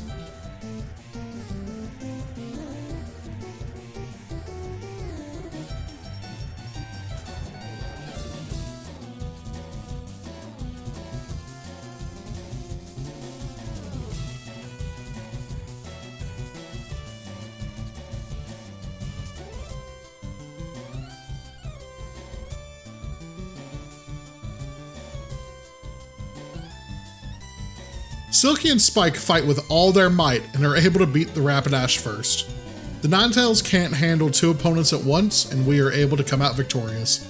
This was a great test for us. We already know our 7th badge is a Fire-type leader.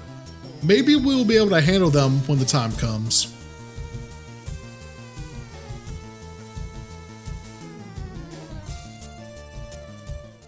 We meet a celebrity who gives us the HM for Fly. Another HM we are unable to use. We head back to Lavender Town, ready to run the Rockets out of yet another town. We enter the Pokemon Tower, the mood turning somber. We start to ascend the tower and see our rival. Time for another battle. Gary starts with his Pidgeotto, as always. Silky starts for our team, able to paralyze Pidgeotto right away.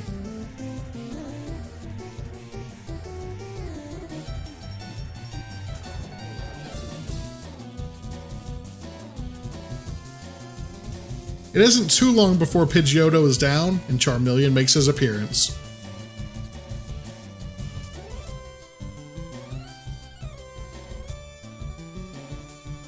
Silky is able to hold on long enough to beat Charmeleon as well, but he is hurting. We switch out to Spike and knock out Execute and Kadabra.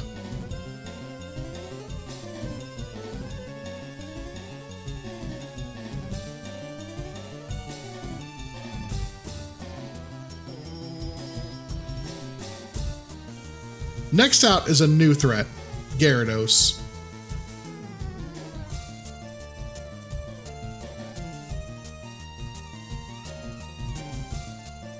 Gyarados beats Spike, but not before being poisoned. Guy comes out next, ready to finish the job.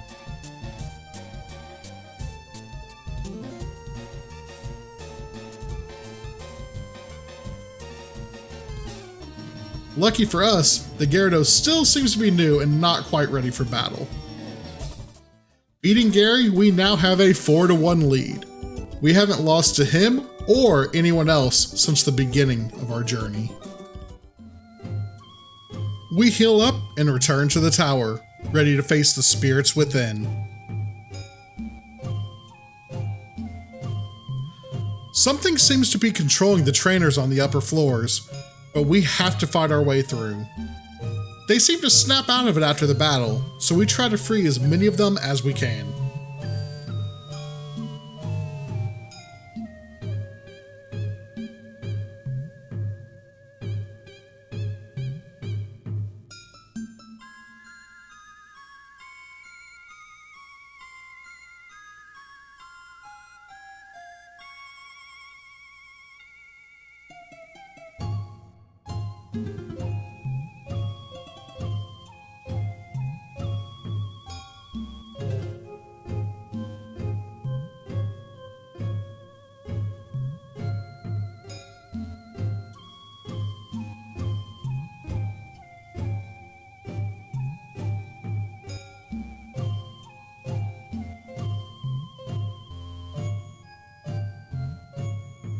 We find a circle that heals us as we move higher.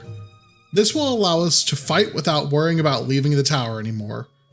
It works well for us, letting us keep training as we progress.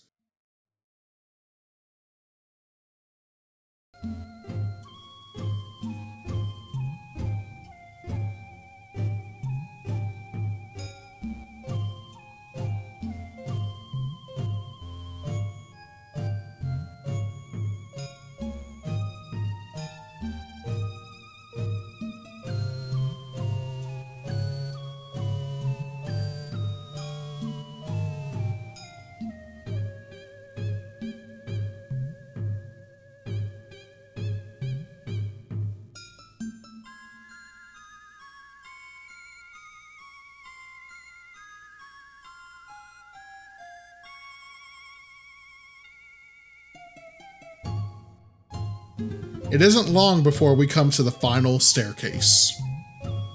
We are stopped by a voice calling out to us, telling us to be gone. The Silph scope identifies it as a Marowak ghost, the missing mother of Cubone.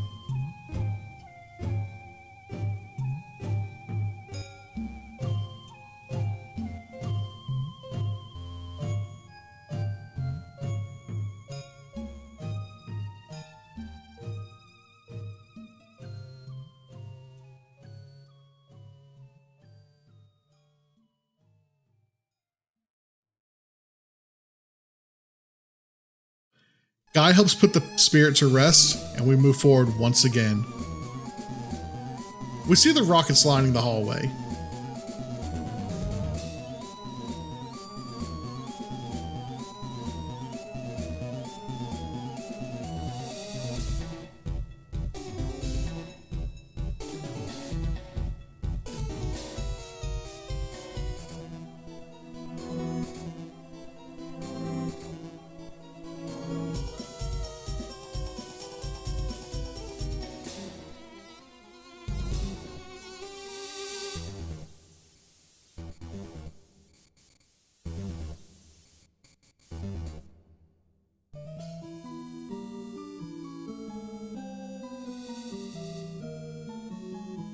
We do what we do best, knocking rockets out of the way and saving Mr. Fuji. Mr. Fuji thanks us for helping him and helping the Marowak find rest. We follow him back home and he gives us a Pokeflute, an item we need to wake up the Snorlax blocking our path. We head back to the Pokemon Center once more, healing and getting ready for the next leg of our journey. We know we need to deal with the rockets again in Saffron, but we also need to find more allies if we plan on handling their numbers. For now, we decide to go south to Fuchsia City. This route is different than the others we've been on before. We are on docks over water, surrounded by fishermen.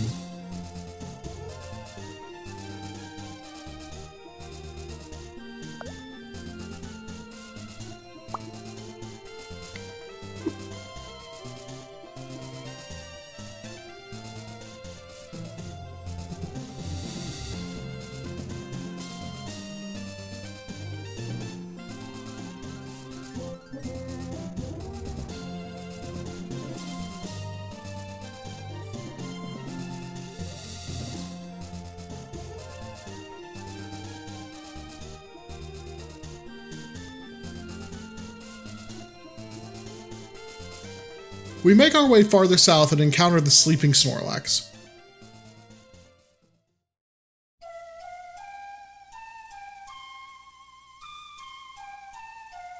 We wake him up, and with his morning grumpies, he attacks us.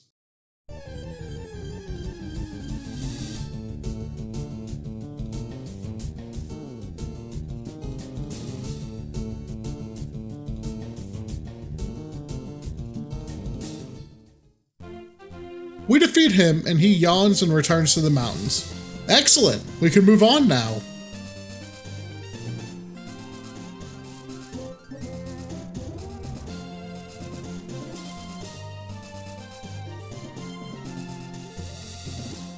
As we continue down the path, we battle some stronger trainers and grow our team.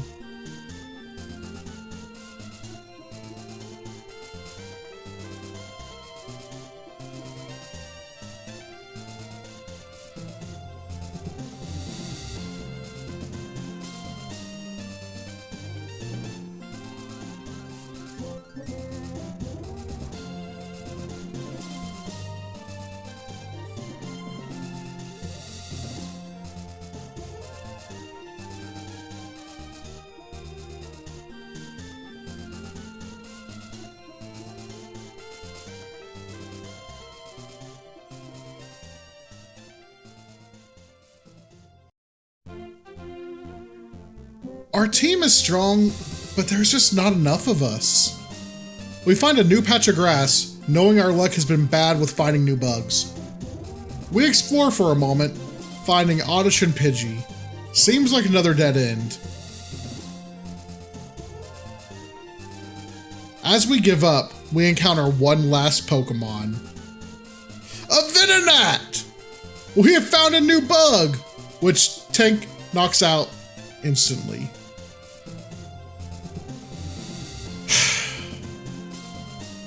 We found another one right away and try to catch this one instead.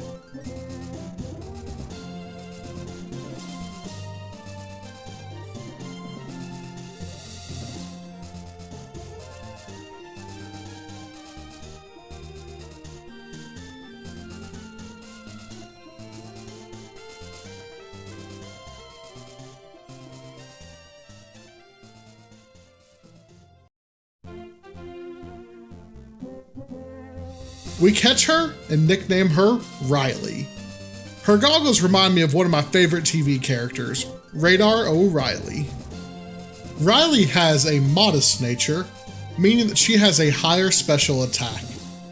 This is excellent. She has a great skill set for what we need. We tried to press on, but it was clear that Riley needed more training first. We have to level her up, but we have the perfect place to train her. We return to Lavender Town and head to the floor with the healing circle. Riley has a psychic type attack and can fight the Ghastly easily. As we train, Riley gains more and more experience. She is a fantastic addition to the team and fits in perfectly. She helps to free the rest of the controlled trainers, beating the spirits away from them. In what feels like no time at all, Riley evolves into Venomoth. This evolution was a huge boost to Riley, increasing her special attack significantly. She also replaces her compound eyes with shield dust.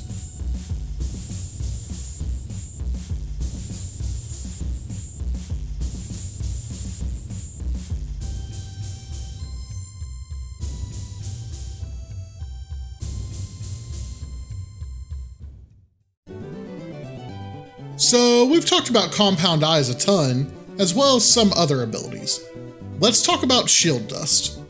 Shield Dust is simple. It negates additional effects. Okay, so that doesn't really tell us much. What it really means is that damaging moves used by the opponent won't have an additional effect.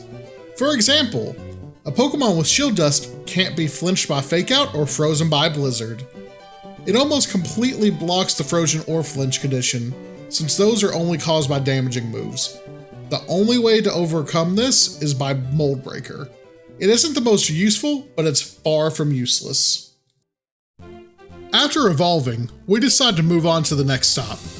We get back on the route to Fuchsia, noting that we were so close to the next town. Turning the corner from where we turned back, we note that there are still a lot of trainers between us and our goal. Time to get to work.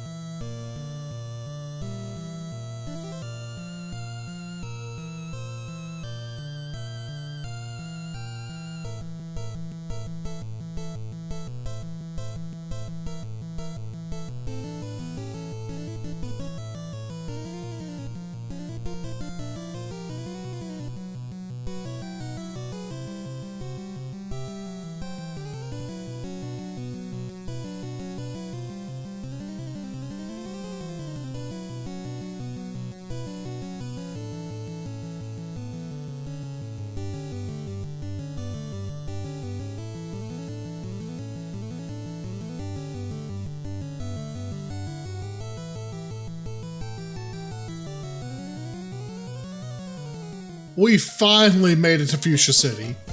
Wiping the dirt from our faces, we make our way to the Pokémon Center in this new town. Fuchsia City is interesting. It has a Pokémon Safari Zone, essentially a refuge for rare Pokémon. These Pokémon are allowed to be caught, but not battled. You have to be more clever to catch one of these Pokémon. Rumor is they have a promotion for a special item going on as well. We entered the Safari Zone with a few goals in mind. First, we need to find the Warden's gold teeth, something we just happen to know about, trust me. Second, we need to find where the promotional giveaway is and claim the prize. Our third and final goal may be our most important.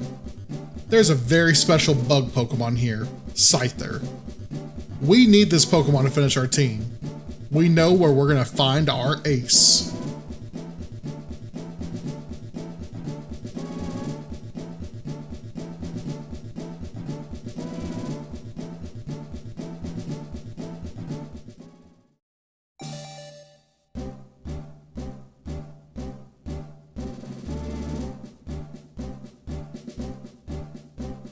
We work our way through the Safari Zone, finding the gold teeth and the HM for Surf very quickly.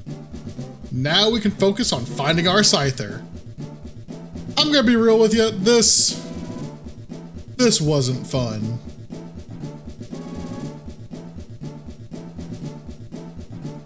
1, 2, 3 Scythers later?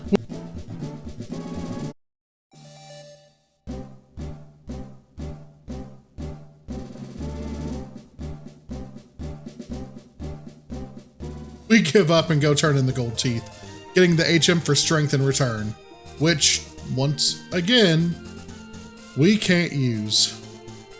Thankfully, Chansey is able to help us out before we bench it.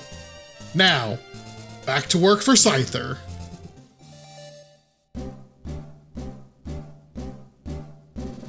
After 7 attempts, we finally caught our ace, Mandy the Scyther. We check her stats, hoping for a higher attack nature. Looking at her stats, we see that she has a brave nature. That means her attack is indeed her boosted stat. We are 6 for 6 on what we wanted out of our team, and we are finally ready to move on. We need to train Mandy quickly, since it's almost time to battle the Rockets once again. Mandy is able to learn Steel Wing, giving us new coverage that we haven't had before. We battle our way back towards Saffron City and our next goal.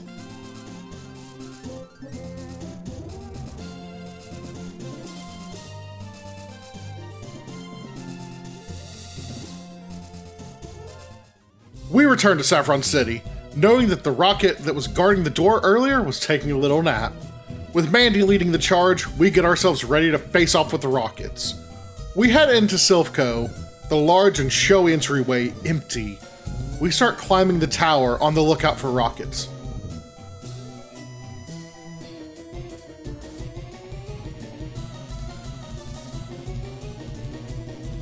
We begin our battles, hoping we are ready for this challenge.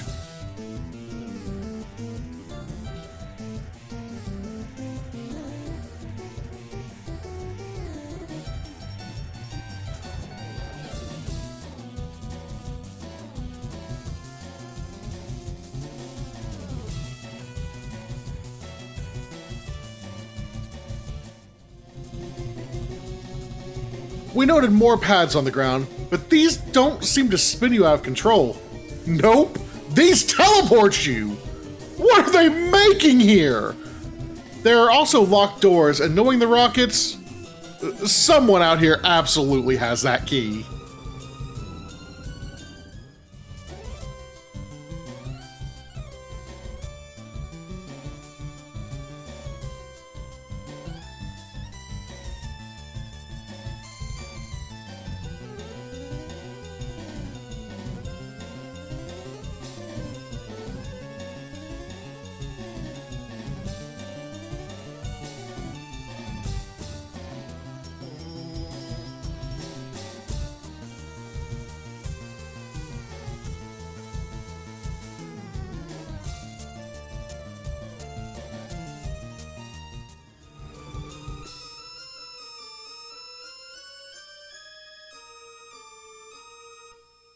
They have hostages.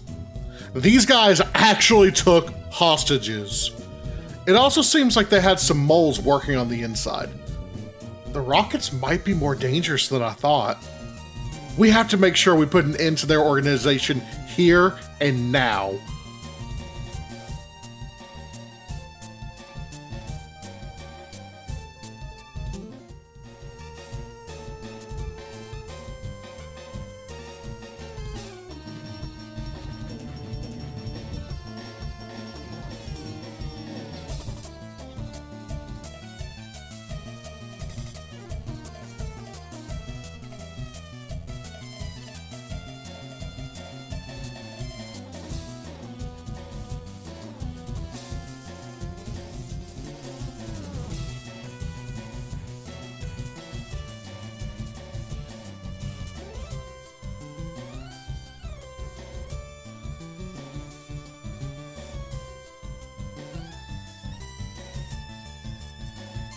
One of the grunts let slip that Giovanni is here. We continue to battle our way through, fighting our hardest.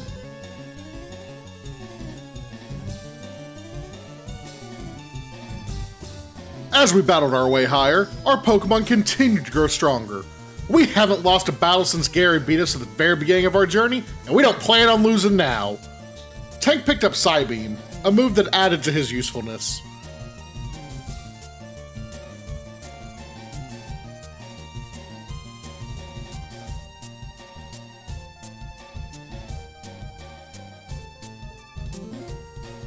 We check on hostages and try to calm their nerves.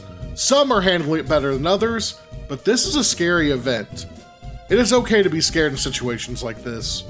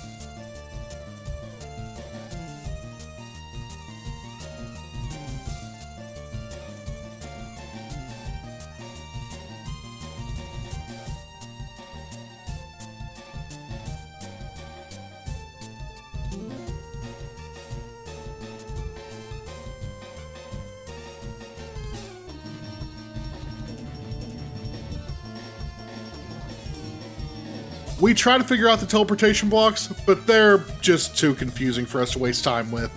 I guess we'll just have to climb the stairs or use trial and error.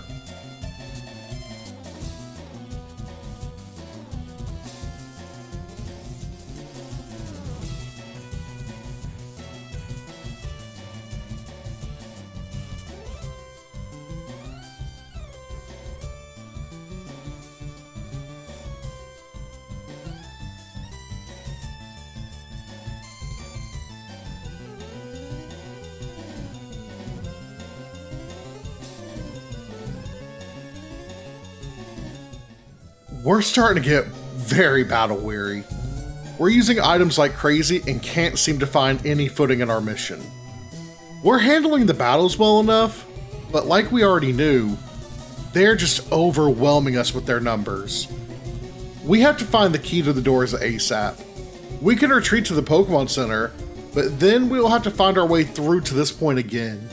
It's probably best if we just go ahead and press on.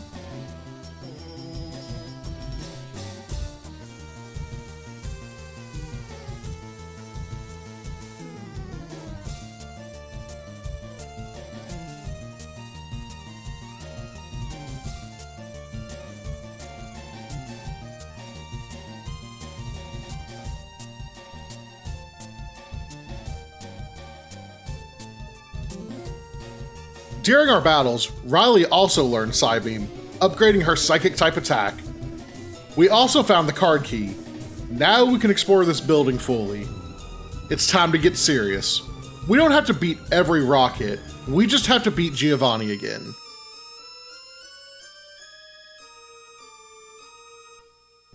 We retrace our steps, opening room after room, and in the end, our persistence pays off. We found a hostage that set up a rest area. Now our team is feeling strong, and we move forward.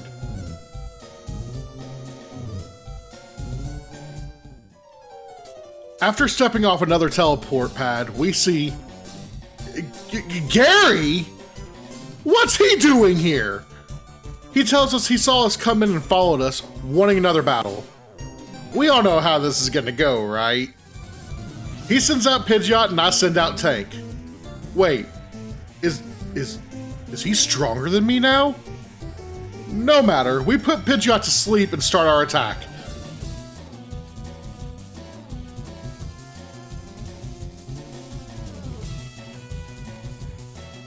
Tank starts to fire off Psychics, but then Pidgeot wakes up and knocks out Tank. Okay, not great, but Mandy can finish it. Pidgeot goes down and we prepare for Charizard.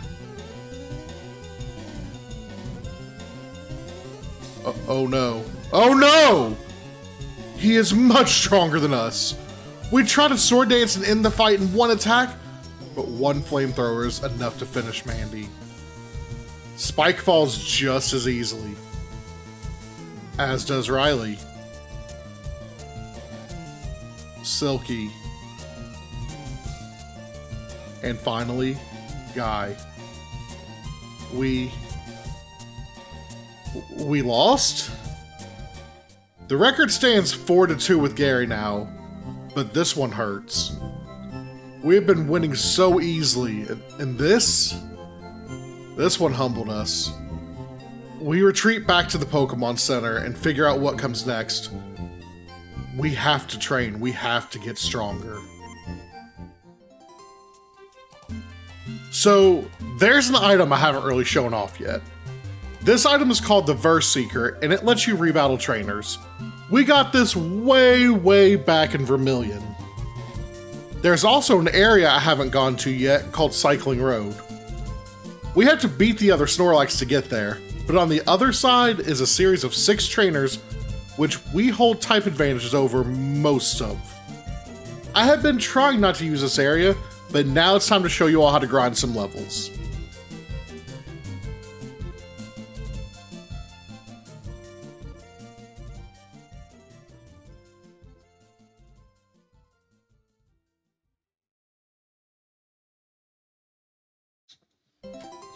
In most Japanese role-playing games, or JRPGs, there is a moment where the level of your enemies jump massively and you have to do what is called grinding. When you grind, you essentially are battling enemies you can beat repeatedly. It can be monotonous, but it's just part of the game. In games like Pokémon, you can sometimes overcome the level curve through exploration or type advantages, but we don't really have that luxury with bug types. We'll do this for a bit, getting ourselves caught up and ready to take on the next leg of this game.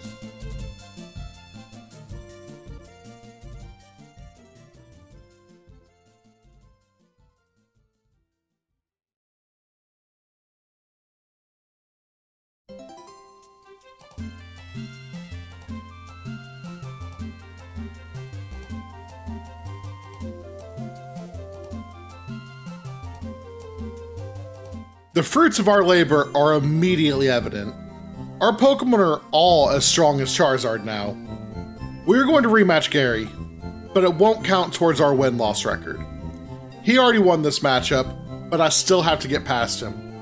We re-enter the Silph Co, humbled but determined. We have no choice but to fight hard. We aren't fighting for ourselves, but for the entire Kanto region. We know how to get back to Gary. He smirks as he tosses out Pidgeot, confident that this will be a repeat of last time. We lead with Mandy. No room for error. We start our Sword Dance, but Pidgeot counters with Feather Dance. Back to 0. We handle the first wing attack fine, and the fight begins fully.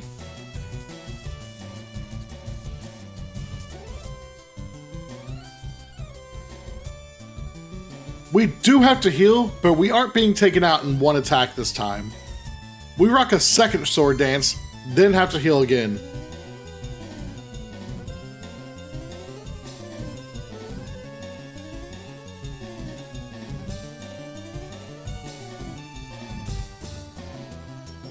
Risking the third Sword Dance, Pidgeot uses Whirlwind to switch Mandy for Spike. All the dancing was pointless, but Mandy finishes the fight.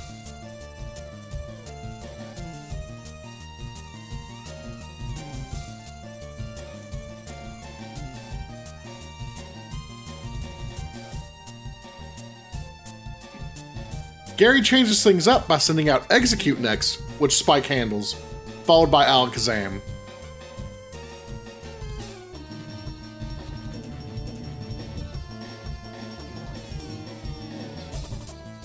Finally, Charizard enters the battle. Knowing he is going to lose, Spike tries to poison Charizard, but it doesn't work out.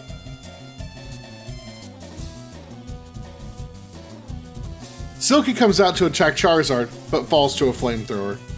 This is starting to feel familiar. I really thought we were ready.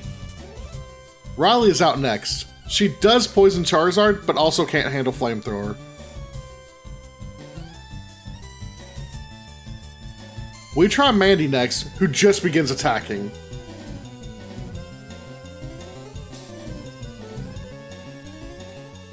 No luck, Mandy falls as well. Tank and Guy remain. The poison is working and Tank knows we have to revive an ally. We choose Mandy, but this leaves Tank open to a flamethrower. Down to just Guy and Mandy, Mandy returns to battle. Mandy lets her scythe free, slashing at Charizard and ends up knocking him out! Now we have to deal with Gyarados, who is much more powerful this time.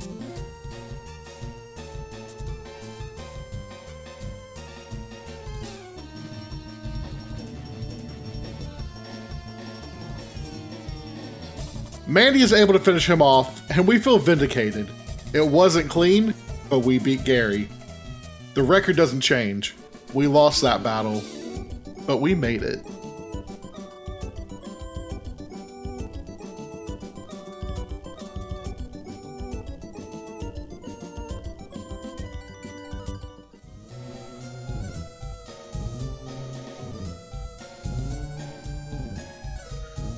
We retreat to heal, but not before being gifted a Lapras. Now, we will be able to surf and explore more areas. We heal at the makeshift rest stop, knowing there's another battle on the horizon.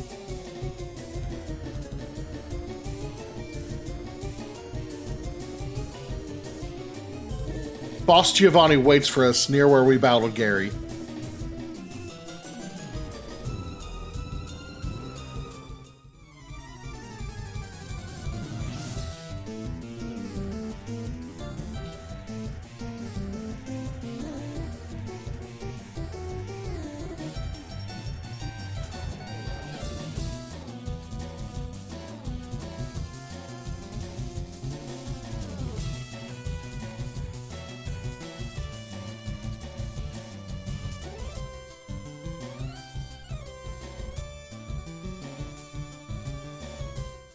We dispatch the last rocket guarding him and enter the room. Giovanni stands with the president of Silph, who is clearly scared. What was he telling him? Giovanni doesn't seem too surprised to see me. He threatens us and sends out his Nidorino. We respond with Spike and the fight is on.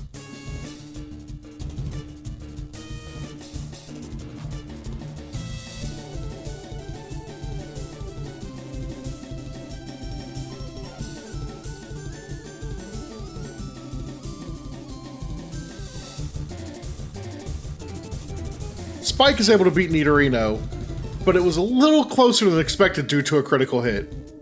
Giovanni sends out Rhyhorn and defeats Spike.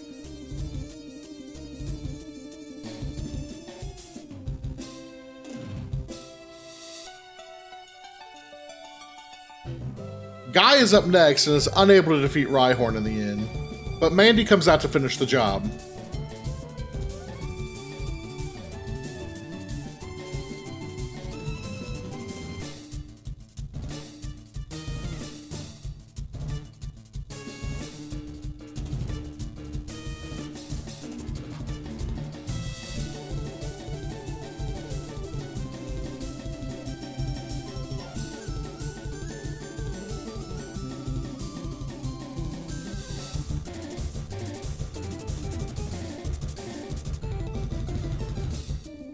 Giovanni sends out Kangaskhan and the fight between aces has begun.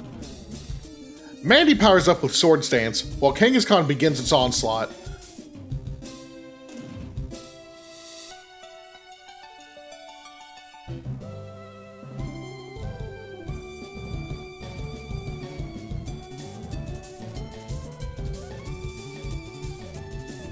Mandy is able to defeat her and is then tasked with defeating Nidoqueen. One critical hit later, and Giovanni is defeated.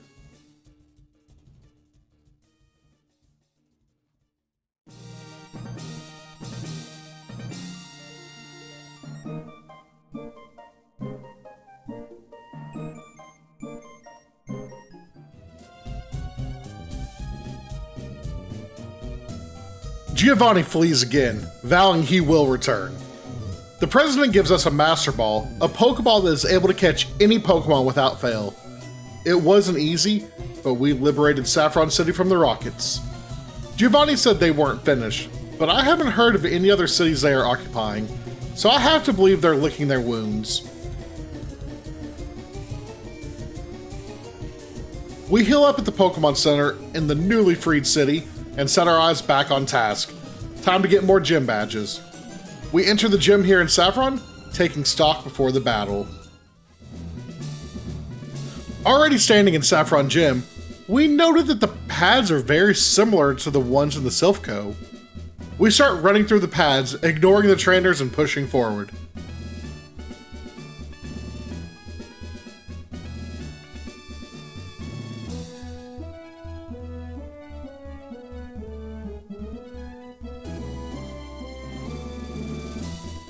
It seems like in no time, we are standing before the gym leader without having a single battle. Sabrina knew we were coming and was prepared. She sends out her Kadabra, and we lead with Spike. Spike uses Twin Needle, and is able to defeat Kadabra and Mr. Mime with a single attack each.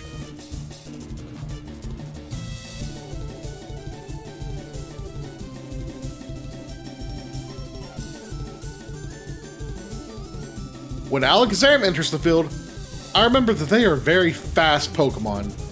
Spike did what was needed, but now it's time for Mandy to take the field. With a single Sword Stance, she lets her Slash attack loose, defeating both Alakazam and Venomoth.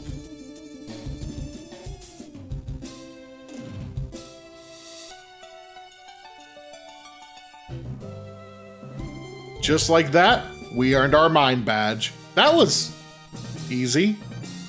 Oh well, moving on. We need to go back to Fuchsia City and earn another badge.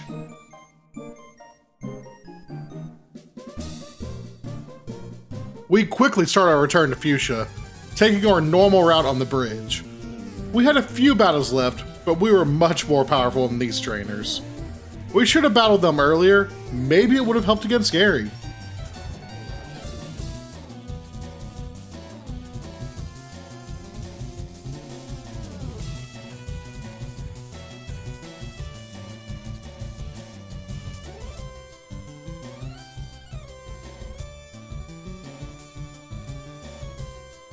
In no time, we are standing in the Fuchsia Gym. Koga has a very interesting gym.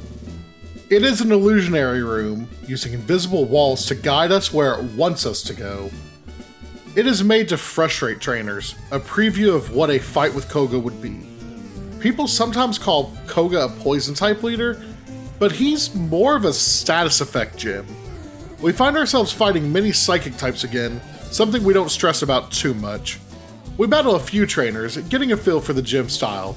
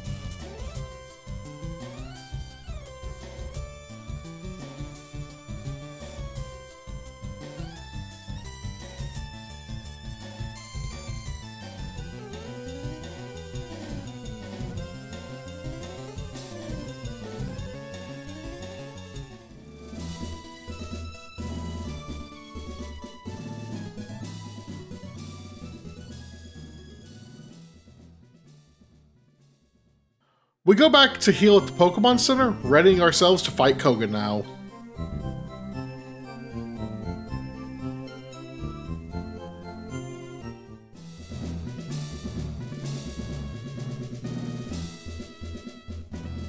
We work our way back through the maze and come face to face with Koga. He tells us that he is a poison type user, leading off with coughing.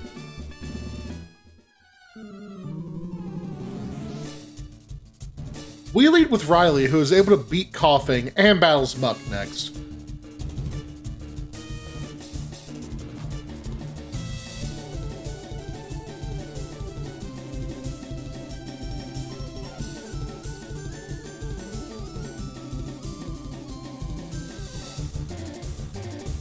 Every time we get Muck low on HP, Koga heals.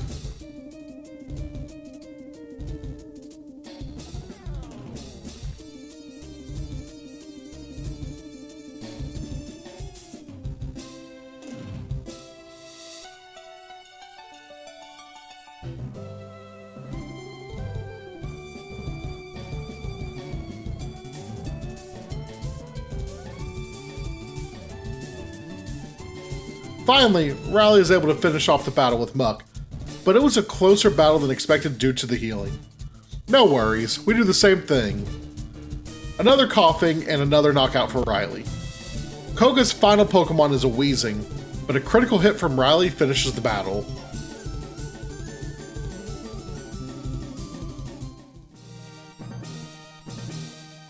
We claim the Soul Badge and are gifted Toxic, a very powerful poison type status move. We teach it to Spike, finally getting rid of Poison Sting. Let's have a brief chat about Toxic. Poison is a status condition we have been using a lot in this run through, and will probably continue to use going forward in the next games. Typically, Poison does 1/16 of a Pokemon's max potential HP. That's pretty solid, as it will keep working unless cured. Toxic adds a new wrinkle though. On the first turn that Toxic is used, the Pokemon will take the standard 1/16 damage. However, every turn that passes, the opponent will take more and more damage. This is a great move when you are stalling against an opponent. The longer they are poisoned, the more damage they take. Don't sleep on status moves like this. They only improve as time goes on. I wasn't going to bore you with the math on this one because it's really not super complicated.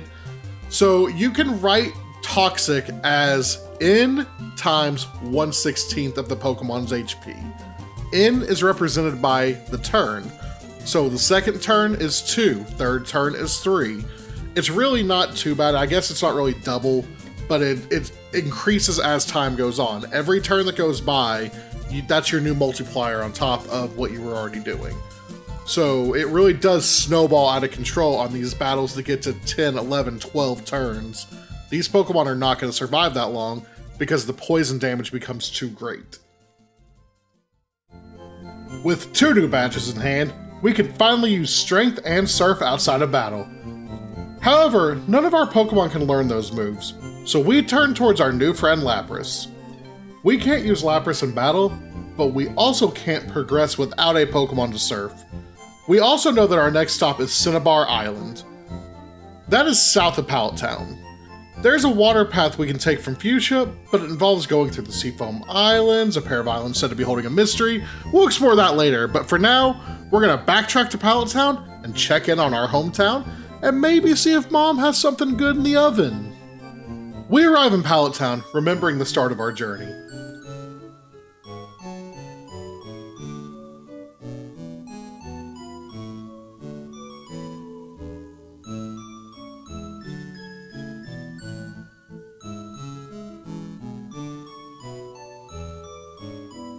We look out to the sea, take a deep breath, and hop on Lapras's back. Heading south, we work our way towards our next challenge. We've had this gym circled for a while now. This will be our biggest challenge to date. Blaine is a fire type expert, strong against all of our Pokemon.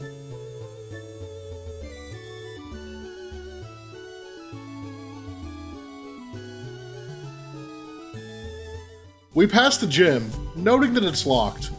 Well, as with everything, there has to be a key somewhere. I guess we will check around the abandoned mansion that resides on the island.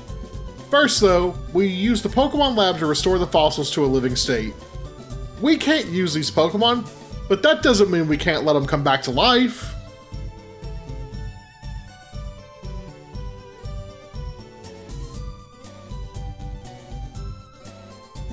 We enter the Pokemon Mansion, an abandoned building that just screams mystery.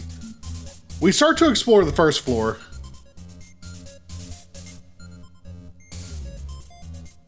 Noticing that some of the statues have buttons.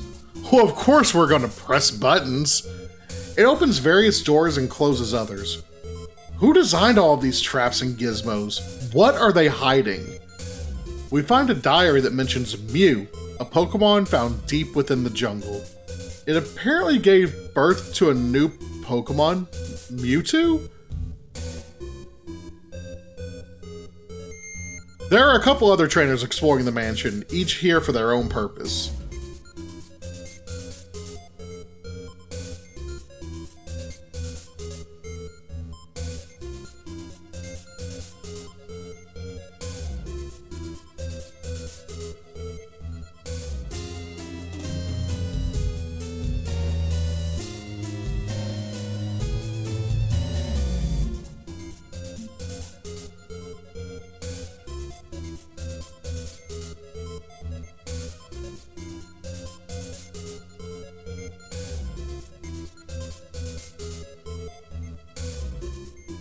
This house holds many secrets, including a hidden basement. We keep exploring, finding out that Mewtwo is vicious, possibly evil. Could this be what Team Rocket needed the Master Ball for? Were they planning on using this Pokemon for its own purposes?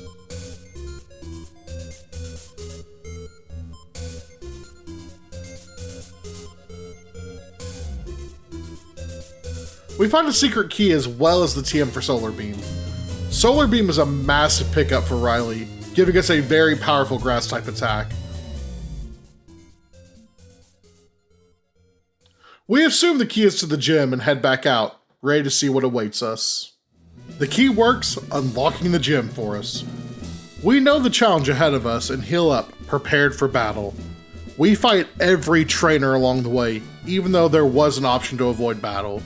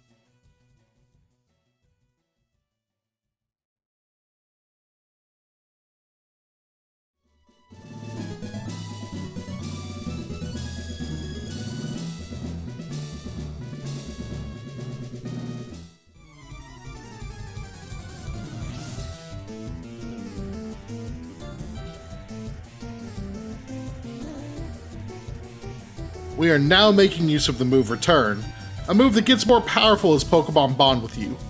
Mandy uses it, making use of her high attack power and our growing bond. Mandy is making quick work of the gym trainers, using a combo of Sword Stance and Return. We finally have our strategy in place. This has been the plan all along. Okay, so this has been a long time coming. Return is a move that was introduced in Generation 2 along with Frustration. They act as opposites, one becoming strong when a Pokemon is newer and hasn't gained friendship towards you, the other becoming stronger as the Pokemon bonds and befriends you. Friendship was introduced in Generation 2 and was used to help evolve certain Pokemon, with Return and Frustration being a side effect of the new stat. You never get to see the number value of Friendship, but there are NPCs that can help you figure it out. Just like the other stats, Friendship can vary between 0 and 255, with 255 being the max. Starting in Generation 3, each Pokemon has a base Friendship stat, just like other base stats. For example, Weedle has a 70, whereas Chansey has 140 and Mewtwo has a 0. Friendship changes over the generations, and I will cover those more in depth as we go. For Generation 3, you need to know that you can catch a Pokemon in a Friend Ball and make its friendship rise to 200. Also, a hatched Pokemon starts with a friendship of 120. In Pokemon Fire Red and Leaf Green, your rival sister can help you determine your Pokemon's friendship level, while in Ruby, Sapphire, and Emerald, there are two places, Verdant Turf Town and Pacific Town. In Generation 3, the ways to increase friendship are on the graph below. I would like to point out some common misconceptions on what affects friendship that even I believed, really up until the time I was researching this script. They are depositing a Pokemon in the Pokemon storage system, except it does lose friendship in Pokemon Yellow and the friendship resets in the stadium games, but that doesn't affect us. Letting a Pokemon's HP fall to a critical status, aka when it turns red and starts beeping. Letting a Pokemon get a status condition, or walking with a Pokemon with a status condition. Healing a Pokemon with low HP or with a status condition. Giving a Pokemon an item to hold except the Soothe Bell. This one blows my mind. I literally have been doing this even at the time of recording. Evolving a Pokemon except via Trade Evolution. Using a Pokemon in battle or winning a battle with a Pokemon. Increasing Affection. Affection is another stat that isn't introduced until a later generation. More on this later. In that graph, you saw there was an option for grooming. Well, Pokemon like to be pampered too, and Daisy is up to the task. Not only will she tell you how friendly your Pokemon is to you, she will offer to clean them up every 512 steps. She will tell you the friendship for the first Pokemon in your party as well. These are kinda cryptic, hinting at the number without telling you the number, but here we go. It couldn't possibly love you any more than it does now. Your Pokemon is happy beyond words, is your max at 255. It looks very happy. I wish your rival could see this and learn something from it. That's 200 to 254. It's quite friendly with you. Keep being good to it at 150 to 199. It's warming up to you. Trust must be growing between you is 100 to 149. It's not quite familiar with you yet. Pokemon are all quite wary when you first get them. That's 50 to 99. Player name? I don't like the way it glares at you. Could you try being a little nicer to it? Is 1 to 49. And the worst, it's not easy for me to say this, but is there some reason why your Pokemon would hate you so much? Is when it is at 0. All this talk of the friendship stat is finally to tell you how Return and Frustration work. As I stated earlier, Frustration works better when the Pokemon likes you less. The exact number where Frustration is stronger than Return is when the Pokemon has a friendship of 127 or less. After that, Return is the better move. The exact way to calculate Frustration is using the formula power equal 255 minus friendship over 2.5. Examples would include power is equal to 255 minus 0 over 2.5, which comes out to 102. That is the max power of this move and Return. Another example would be 255 minus 127 over 2.5, which comes out to be 51.2. That's the minimum damage you can get before return is stronger. The final one I wanted to show you is 255 minus 60 over 2.5, which comes out to 78. I picked that one as a random number just so you can see how wide the power fluctuations are. Return is very similar, with the formula being power is equal to friendship over 2.5. The maximum is still 102, but now that is at friendship 255 and not 0. Both of these moves were updated in Generation 3 to always provide a base stat of at least 1, something that was not true in Generation 2. These moves were also retired in Generation 8, which was Sword and Shield, and have not returned at the time of this recording. Okay, enough math, let's get back to the action. Finally standing face to face with Blaine, it all flashes before me. All of our planning and preparation. We don't know anything about the final gym leader, but we know plenty about this one. The Fire Master and the Hothead, Blaine.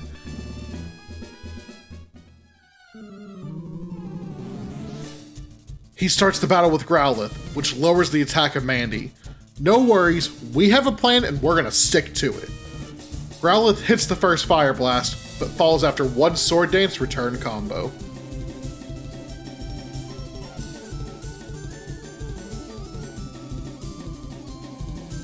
Next up is Ponyta, which gives us a chance to heal.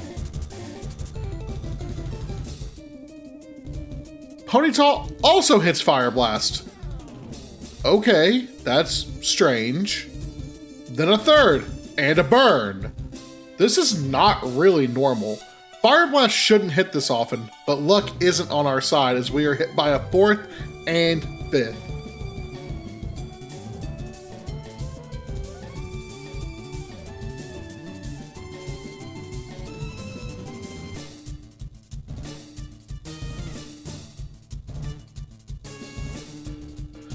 Ponyta should only have one Fire Blast left, which hits as well.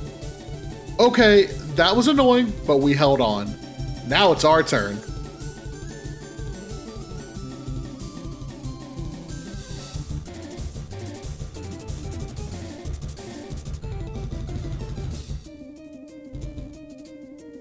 We use Sword Stance until we are maxed out on our attack. Once we are maxed, Mandy starts to use Return.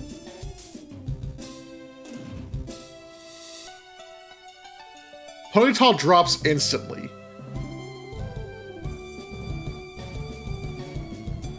Next up is Rapidash, who can't stand the power of Return either. Finally, Blaine sends out his Arcanine. Mandy uses Return again and defeats Blaine's Arcanine in a single attack. Once more, we're starting to feel confident. We get our 7th badge, the Volcano Badge. As we exit the gym, our old friend Bill calls out to us, inviting us to join him at one island, an island in the Sevi Islands. We hop aboard his ship and head out immediately.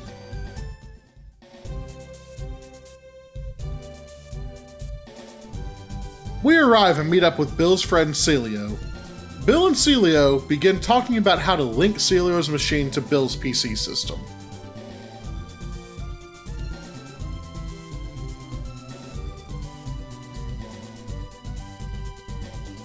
They notice me standing there with a bit of drool coming out of my mouth, then Bill takes pity on me. He entrusts me to deliver a meteorite to an acquaintance of his. We gladly accept and begin to head for 2 Island. We arrive on 2 Island and head to the game corner.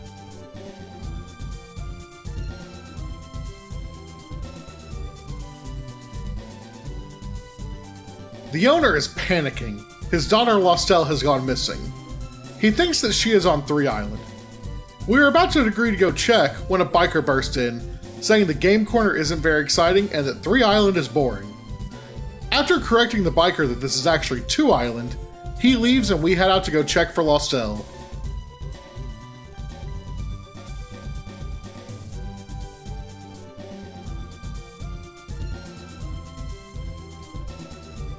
We head to 3 Island now, and this is where the fun begins. The island has been taken over by a bunch of bikers. These guys think that they are as good as the Rockets, but they'll be dealt with the same way. We approach the main group of bikers, ready to face as many as we need to fight.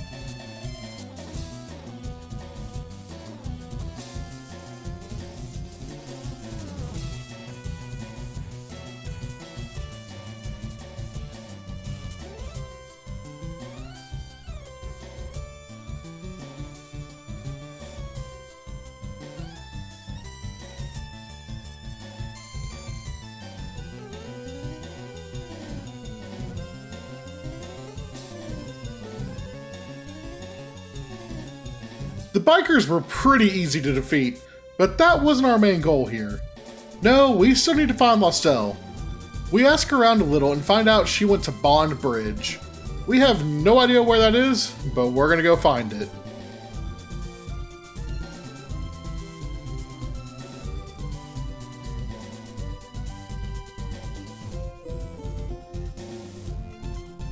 So it turns out it was just outside of the town.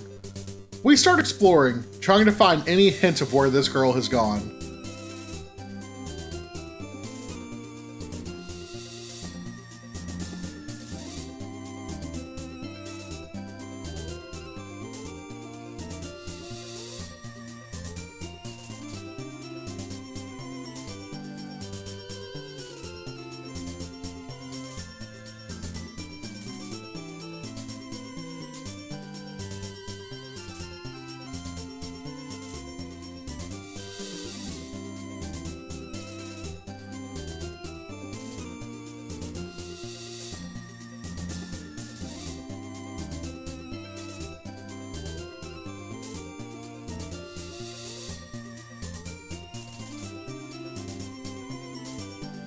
We follow the path out to the berry forest and continue the search.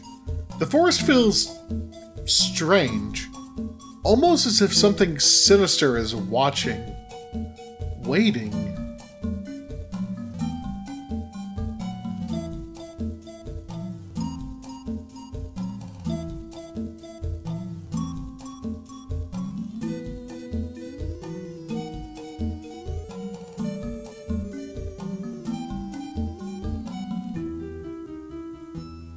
We find Lostel, who told us that the Pokémon kept scaring her. There have been tales of Pokémon that prey upon humans, but we've never experienced that before. We try to comfort her, but it still feels like something is watching us. Suddenly, a Hypno emerges from the trees attacking us.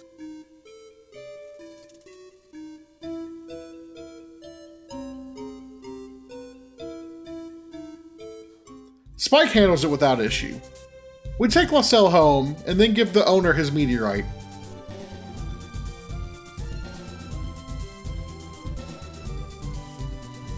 He gives us a moonstone in return, and we take our leave. We return to one island and find Bill and Celio. They have finished their work and it's time for Bill and I to leave. Celio promises to show us around next time we come to the islands. Bill gives us a tri-pass when we return to Cinnabar, allowing us to return to the first 3 islands again whenever we want. We have to bring Lapras back out and set sail once more. We have one more gym to go, the gym in Viridian City, the first town we ever visited after we started our journey. Hopefully the leader is back by now. They have been missing for some time now.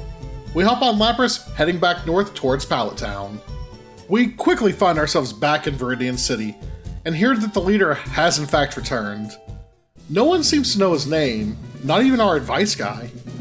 Shouldn't be a problem. We have to fight him anyway. We begin to battle our way through the gym, fighting hard and having a bit of fun along the way.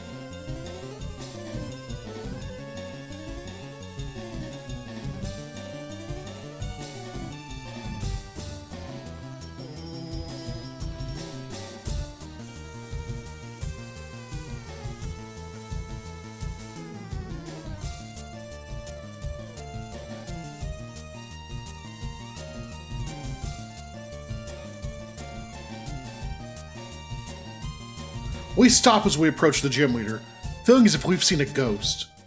Standing before us is the Viridian gym leader, Giovanni. The boss Rocket is here. This will be the final fight with him. This battle is for the soul of Team Rocket. We have to defeat him. We have to end it here. Giovanni sends out his Rhyhorn, while we start with Mandy. We begin with a sword stance and a steel wing.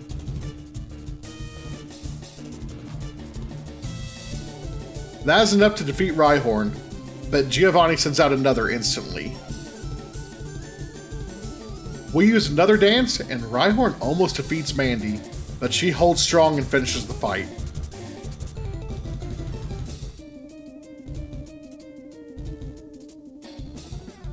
Giovanni follows up with his Doug Trio, which allows us to use our third sword stance.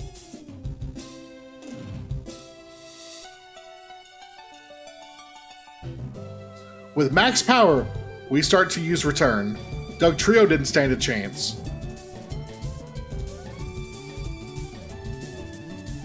Nidoqueen is next, and she can't stand up against Mandy either.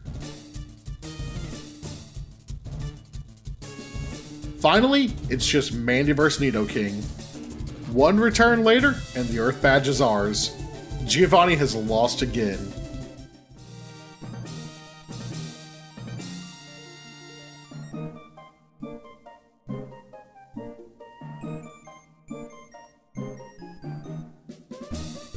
We speak for a moment, and he tells me that he will disband Team Rocket. He leaves once again, but this time it really feels like we have accomplished our goal. In one fell swoop, we completed our gym challenge and put an end to Team Rocket.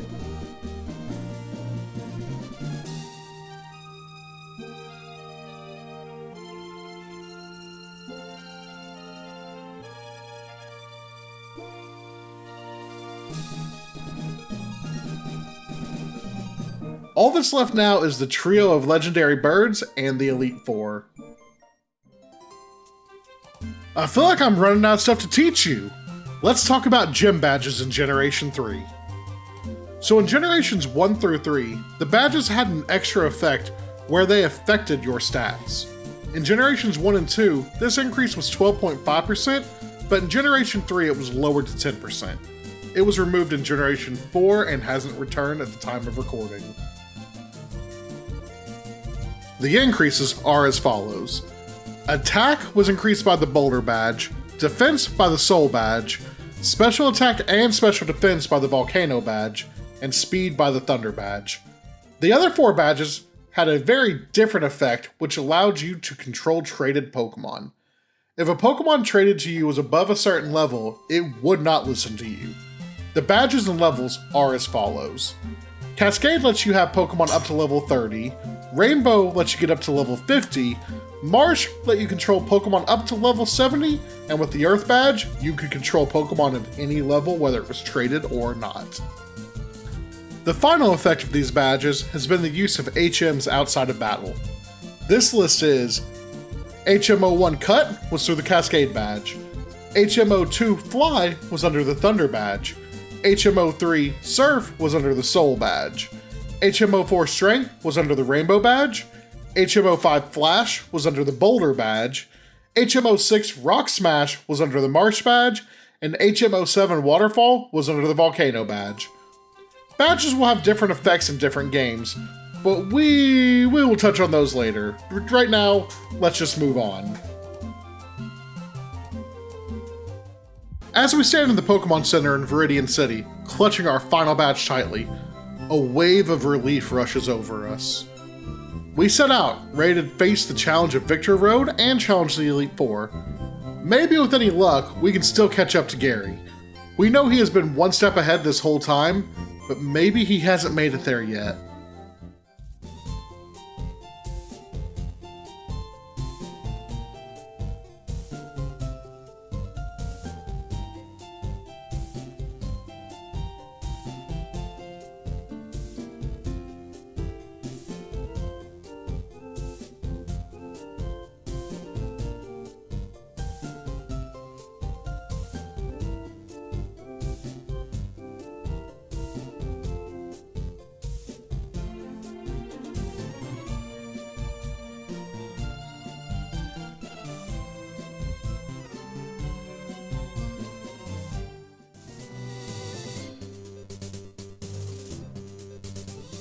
As we approach the entrance to Victory Road, we hear his voice.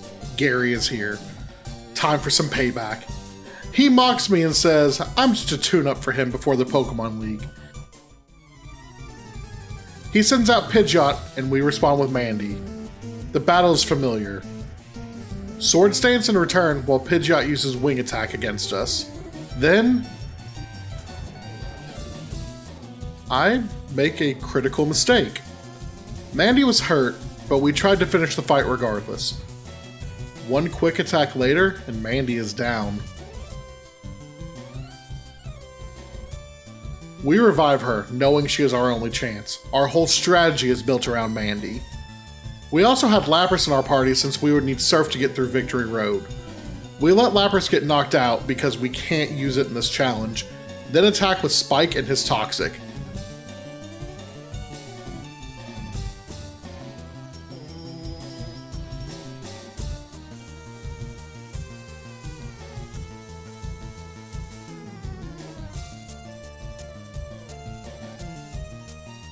We finish healing Mandy and let Spike take another hit.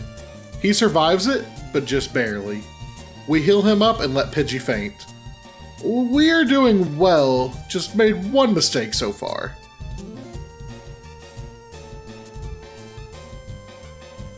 Alakazam is next and is faster than Spike, leading to a knockout.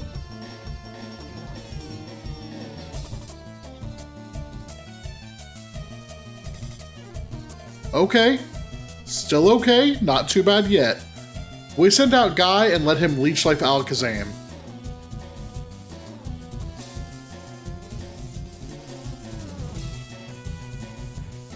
Gary pulls Alakazam, and the trap is sprung. He sends out his Charizard, knowing he has us cornered.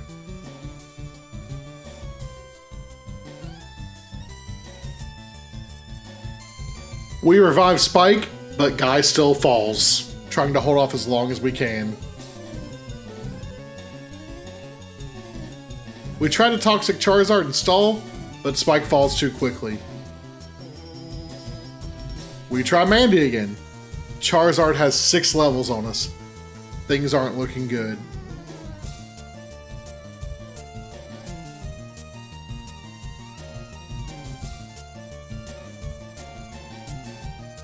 Mandy falls, followed by the Butterfree Bros of Tank and Silky.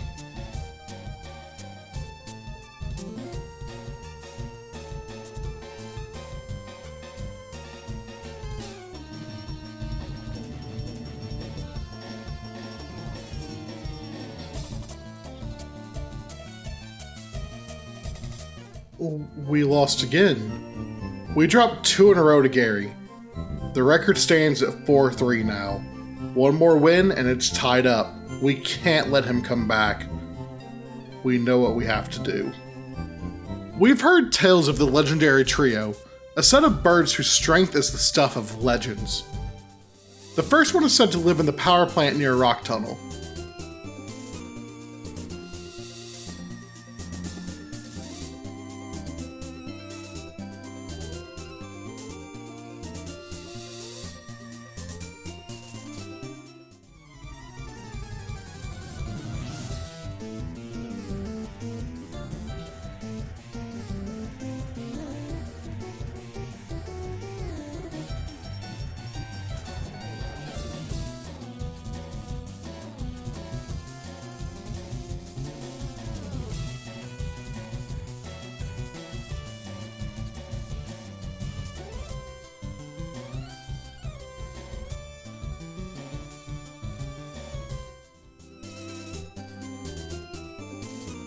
We work our way through the power plant, finding Voltorbs and Electrodes hiding as items on the ground.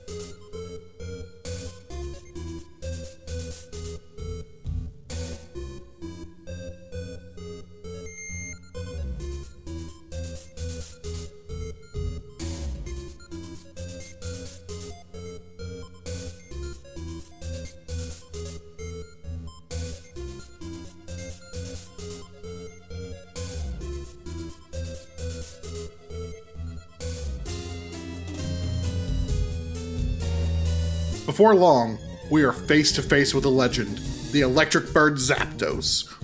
We stand in awe of its power. It's overwhelming! The static is making my hair stand up on edge. We are strong, but are we strong enough for this?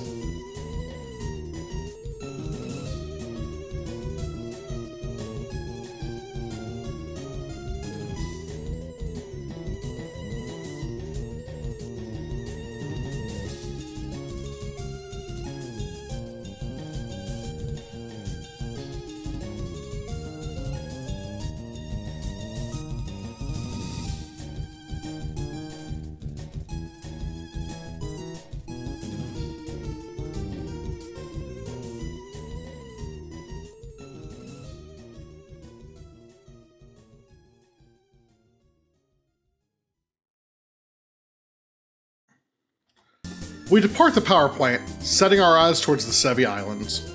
Rumor has it there's a volcano on one island. The Firebird Moltres must be there. We arrive back on one island and head towards Kindle Road. Along the way, we learn of a new HM called Rock Smash. With this HM, we can break small rocks along our way.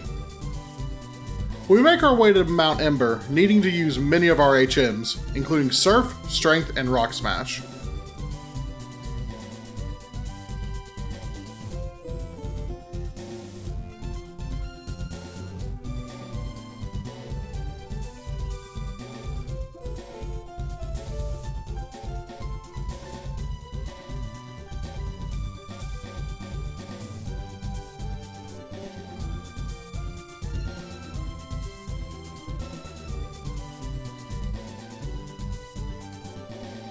We battle our way up to the top of Mount Ember and end up face to face with the Firebird Moltres.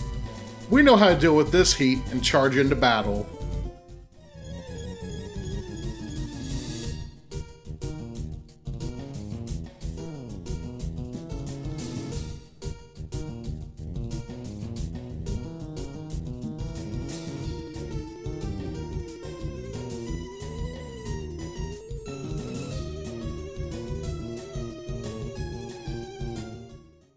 We head back to Kanto, knowing that the last bird has to be in the Seafoam Islands, the area we avoided earlier. This pair of islands is known to be dangerous and full of ice-cold Pokémon and raging waters. We hop in, knowing that we can drop rocks through the holes in the floor and redirect the flow of water. This could help us make our way in deeper.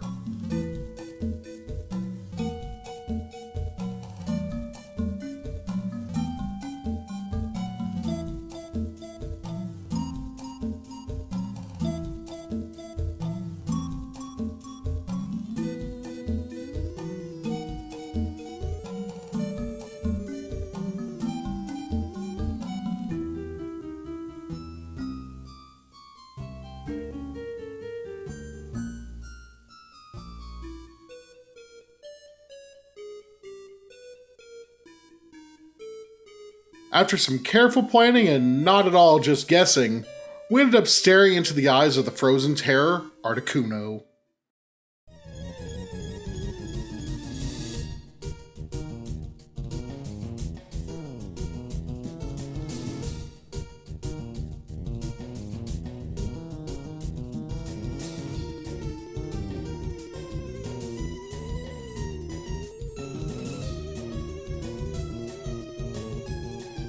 With all the birds defeated, we feel more confident and return to battle Gary. We got some great experience and won't make the same mistakes as last time. He starts with his Pidgeot again, we respond with Mandy again. This time will be different. We start with our normal Swords Dance again, being countered by Feather Dance.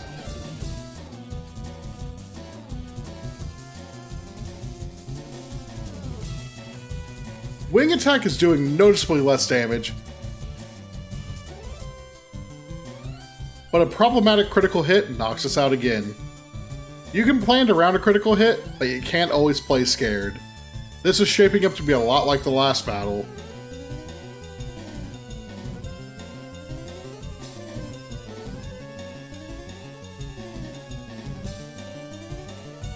Riley tries her hand at the battle after watching Spike and Mandy fall.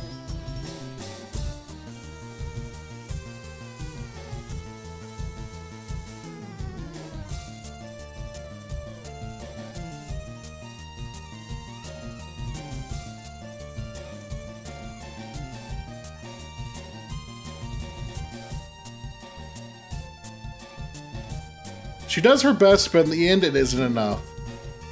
We instead heal Mandy, letting Riley and Lapras both faint. Lapras takes a hit head on and lets us get Spike back up as well.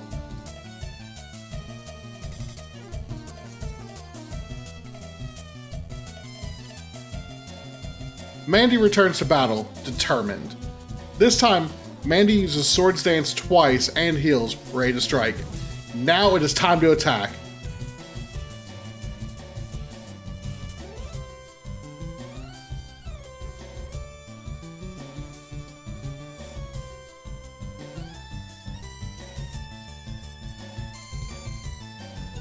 Pidgeot drops while Mandy stands strong. Rhyhorn comes out next, which Mandy defeats with the Steel Wing.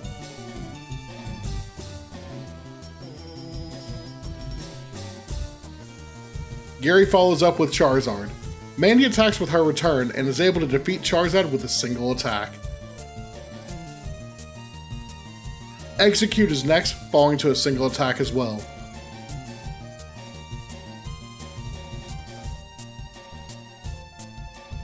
All that is left is Alakazam and Gyarados, both dropping easily.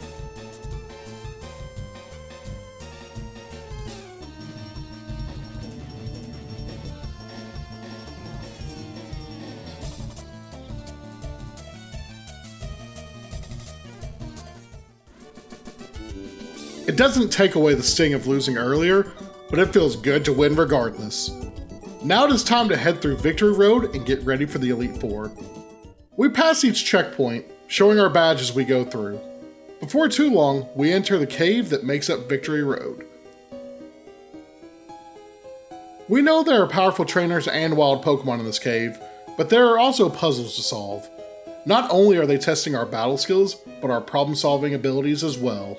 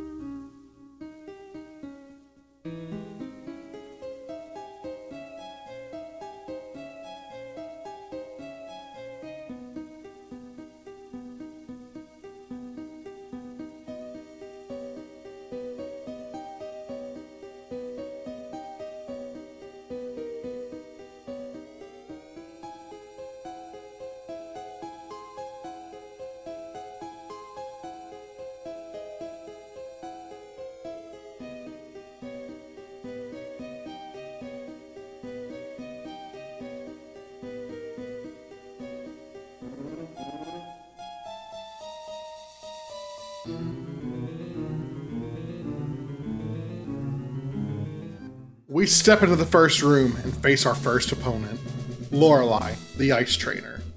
No, not that Lorelei, this Lorelei.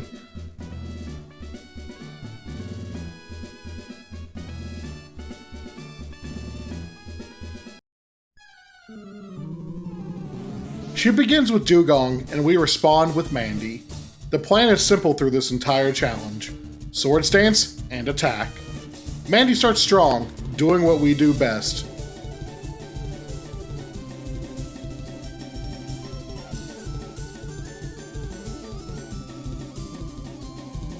Mandy defeats Dugong with Steel Wing, then faces Slowbro next.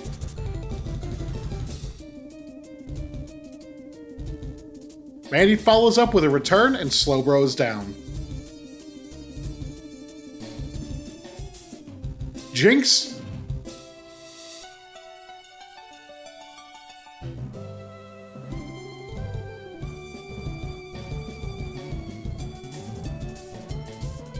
Lapras.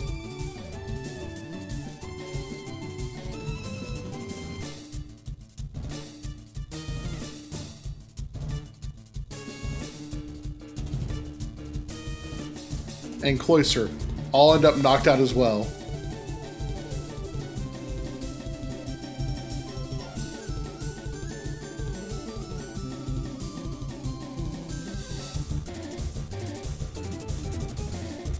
The plan worked, and Lorelei steps aside, inviting us to continue our challenge.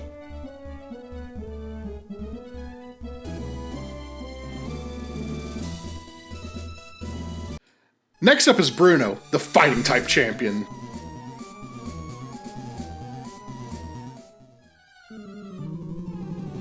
We change strategy here, leading with Riley instead of Mandy. Bruno begins with Onyx. Riley starts charging up her Solar Beam and takes out Onyx with a powerful grass attack.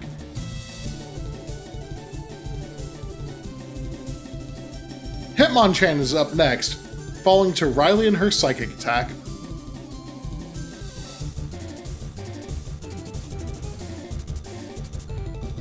Machamp comes out next and is able to withstand Riley's attack once.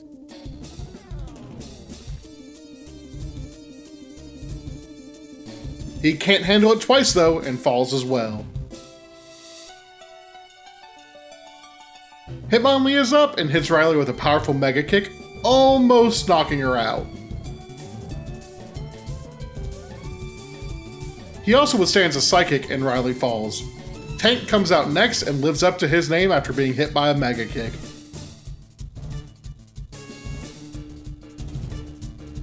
Hitmonlee falls and Bruno sends out his second Onyx.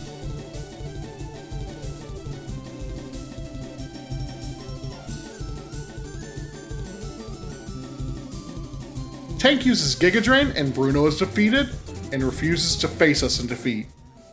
This Elite Four run is fairly drama-free so far.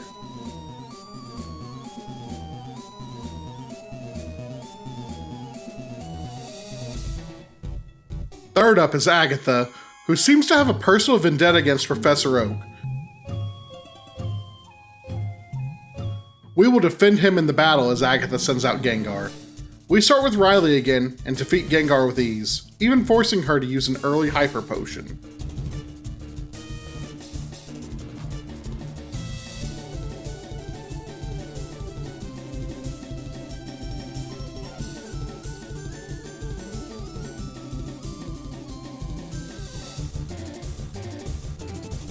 She responds with Golbat, who scores a pretty big hit on Riley, but is unable to handle her psychic power.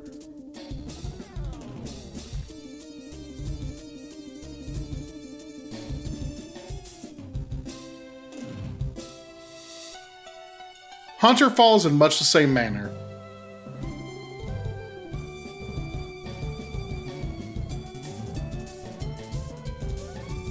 Agatha sends another Gengar out, who is able to put Riley to sleep. Is this what I've been doing to people with Tank? This is annoying. Riley falls, unable to respond due to being asleep.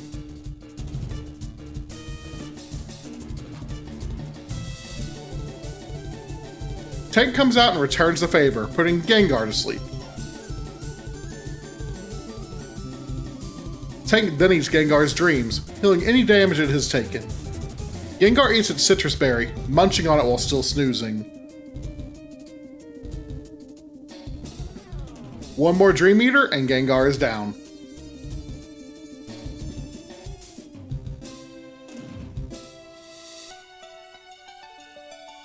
Agatha sends out Arbok, who is put to sleep by Tank.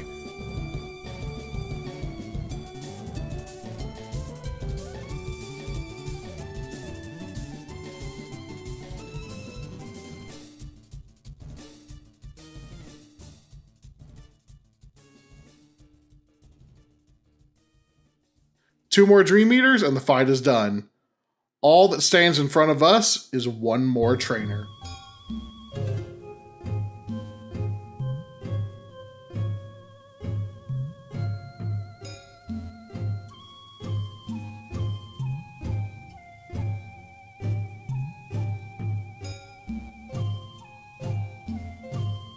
We enter his chamber, much more elaborate than the previous three.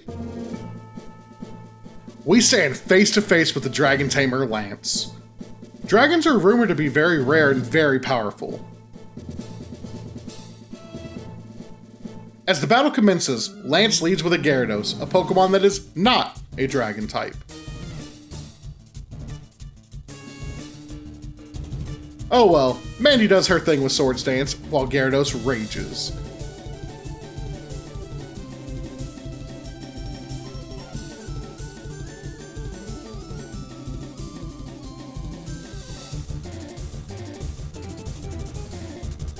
Lance sees the writing on the wall and uses the Hail Mary attack of Hyper Beam. Hyper Beam is a very powerful attack, but you can't move after using it. Mandy finishes Gyarados with a return.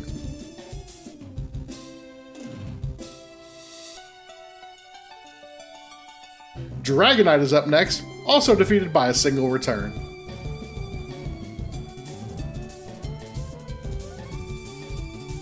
Lance sends out Aerodactyl, another Pokemon that isn't a dragon, but is also a very big problem for us. Aerodactyl outspeeds Mandy and she is down. Uh-oh. I wasn't planning on that. Spike comes out next and is lucky enough to survive a wing attack. This lets him get his toxic attack off. Now, we have to stall. We really don't have another choice.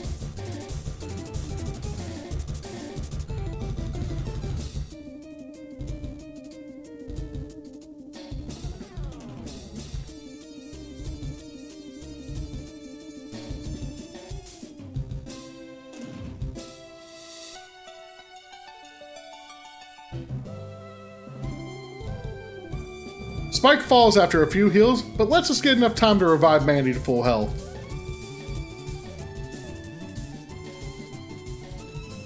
We send Mandy back out and attempt to defeat Aerodactyl, but end up taking another ill-timed critical.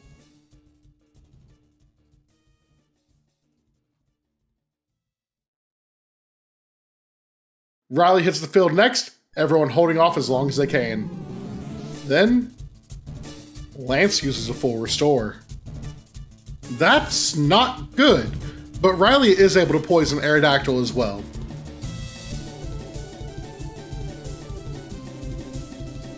She falls and Silky enters. This is going to be a tough win to pull off. Silky falls as Aerodactyl continues to raise its stats with Ancient Power. Guy hits the field next and lets us revive Mandy again. Another wing attack and Guy is defeated.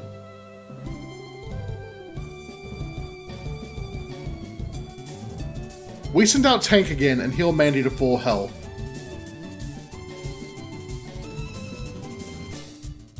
Tank goes down, but Mandy hits the field again.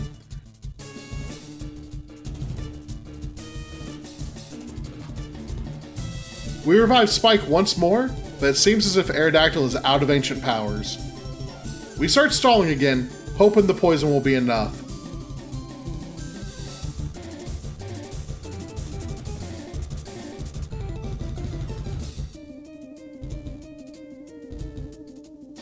We revive Riley and Aerodactyl launches another Hyper Beam.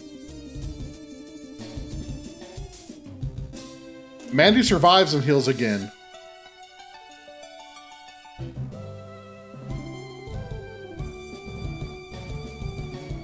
While recharging, Aerodactyl finally succumbs to the poison.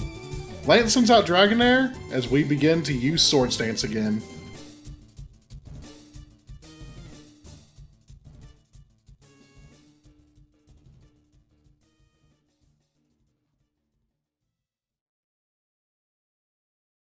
We max out our attack, heal the paralysis, and begin attacking Dragonair, going for the win.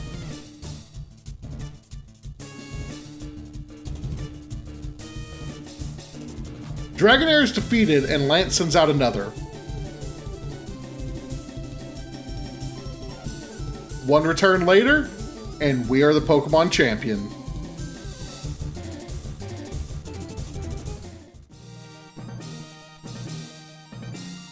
Or we would have been, but it seems someone else beat Lance first.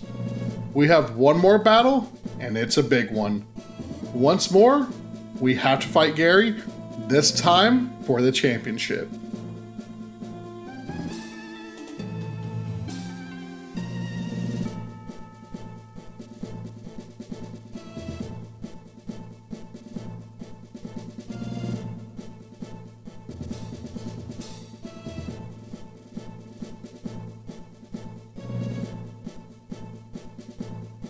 We enter the final room, stepping up on the platform.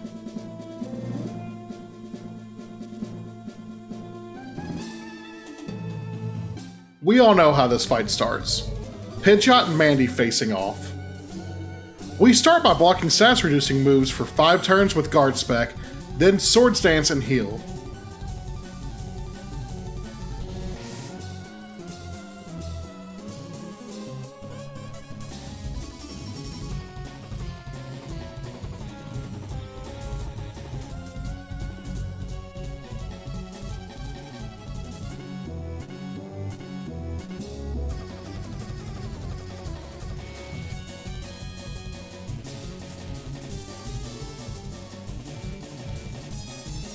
We continue to follow the strategy until the mist wears off.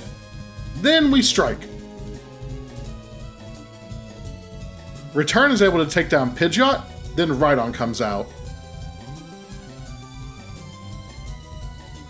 Stillwing is enough for him though, then Charizard comes out.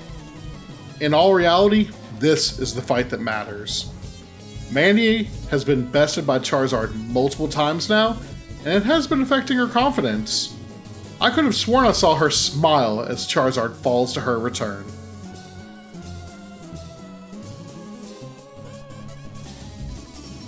Alakazam drops the same way.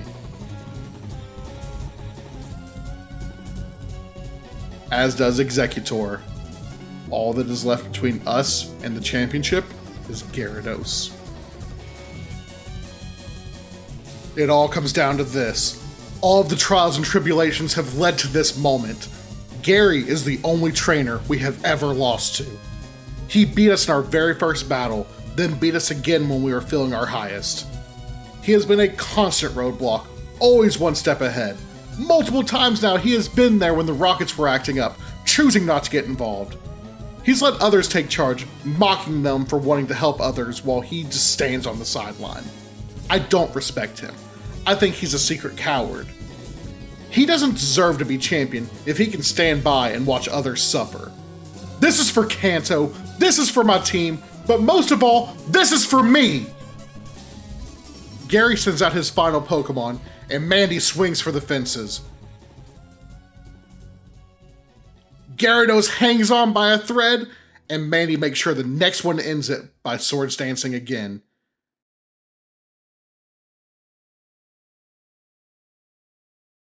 Gyarados wobbles, and...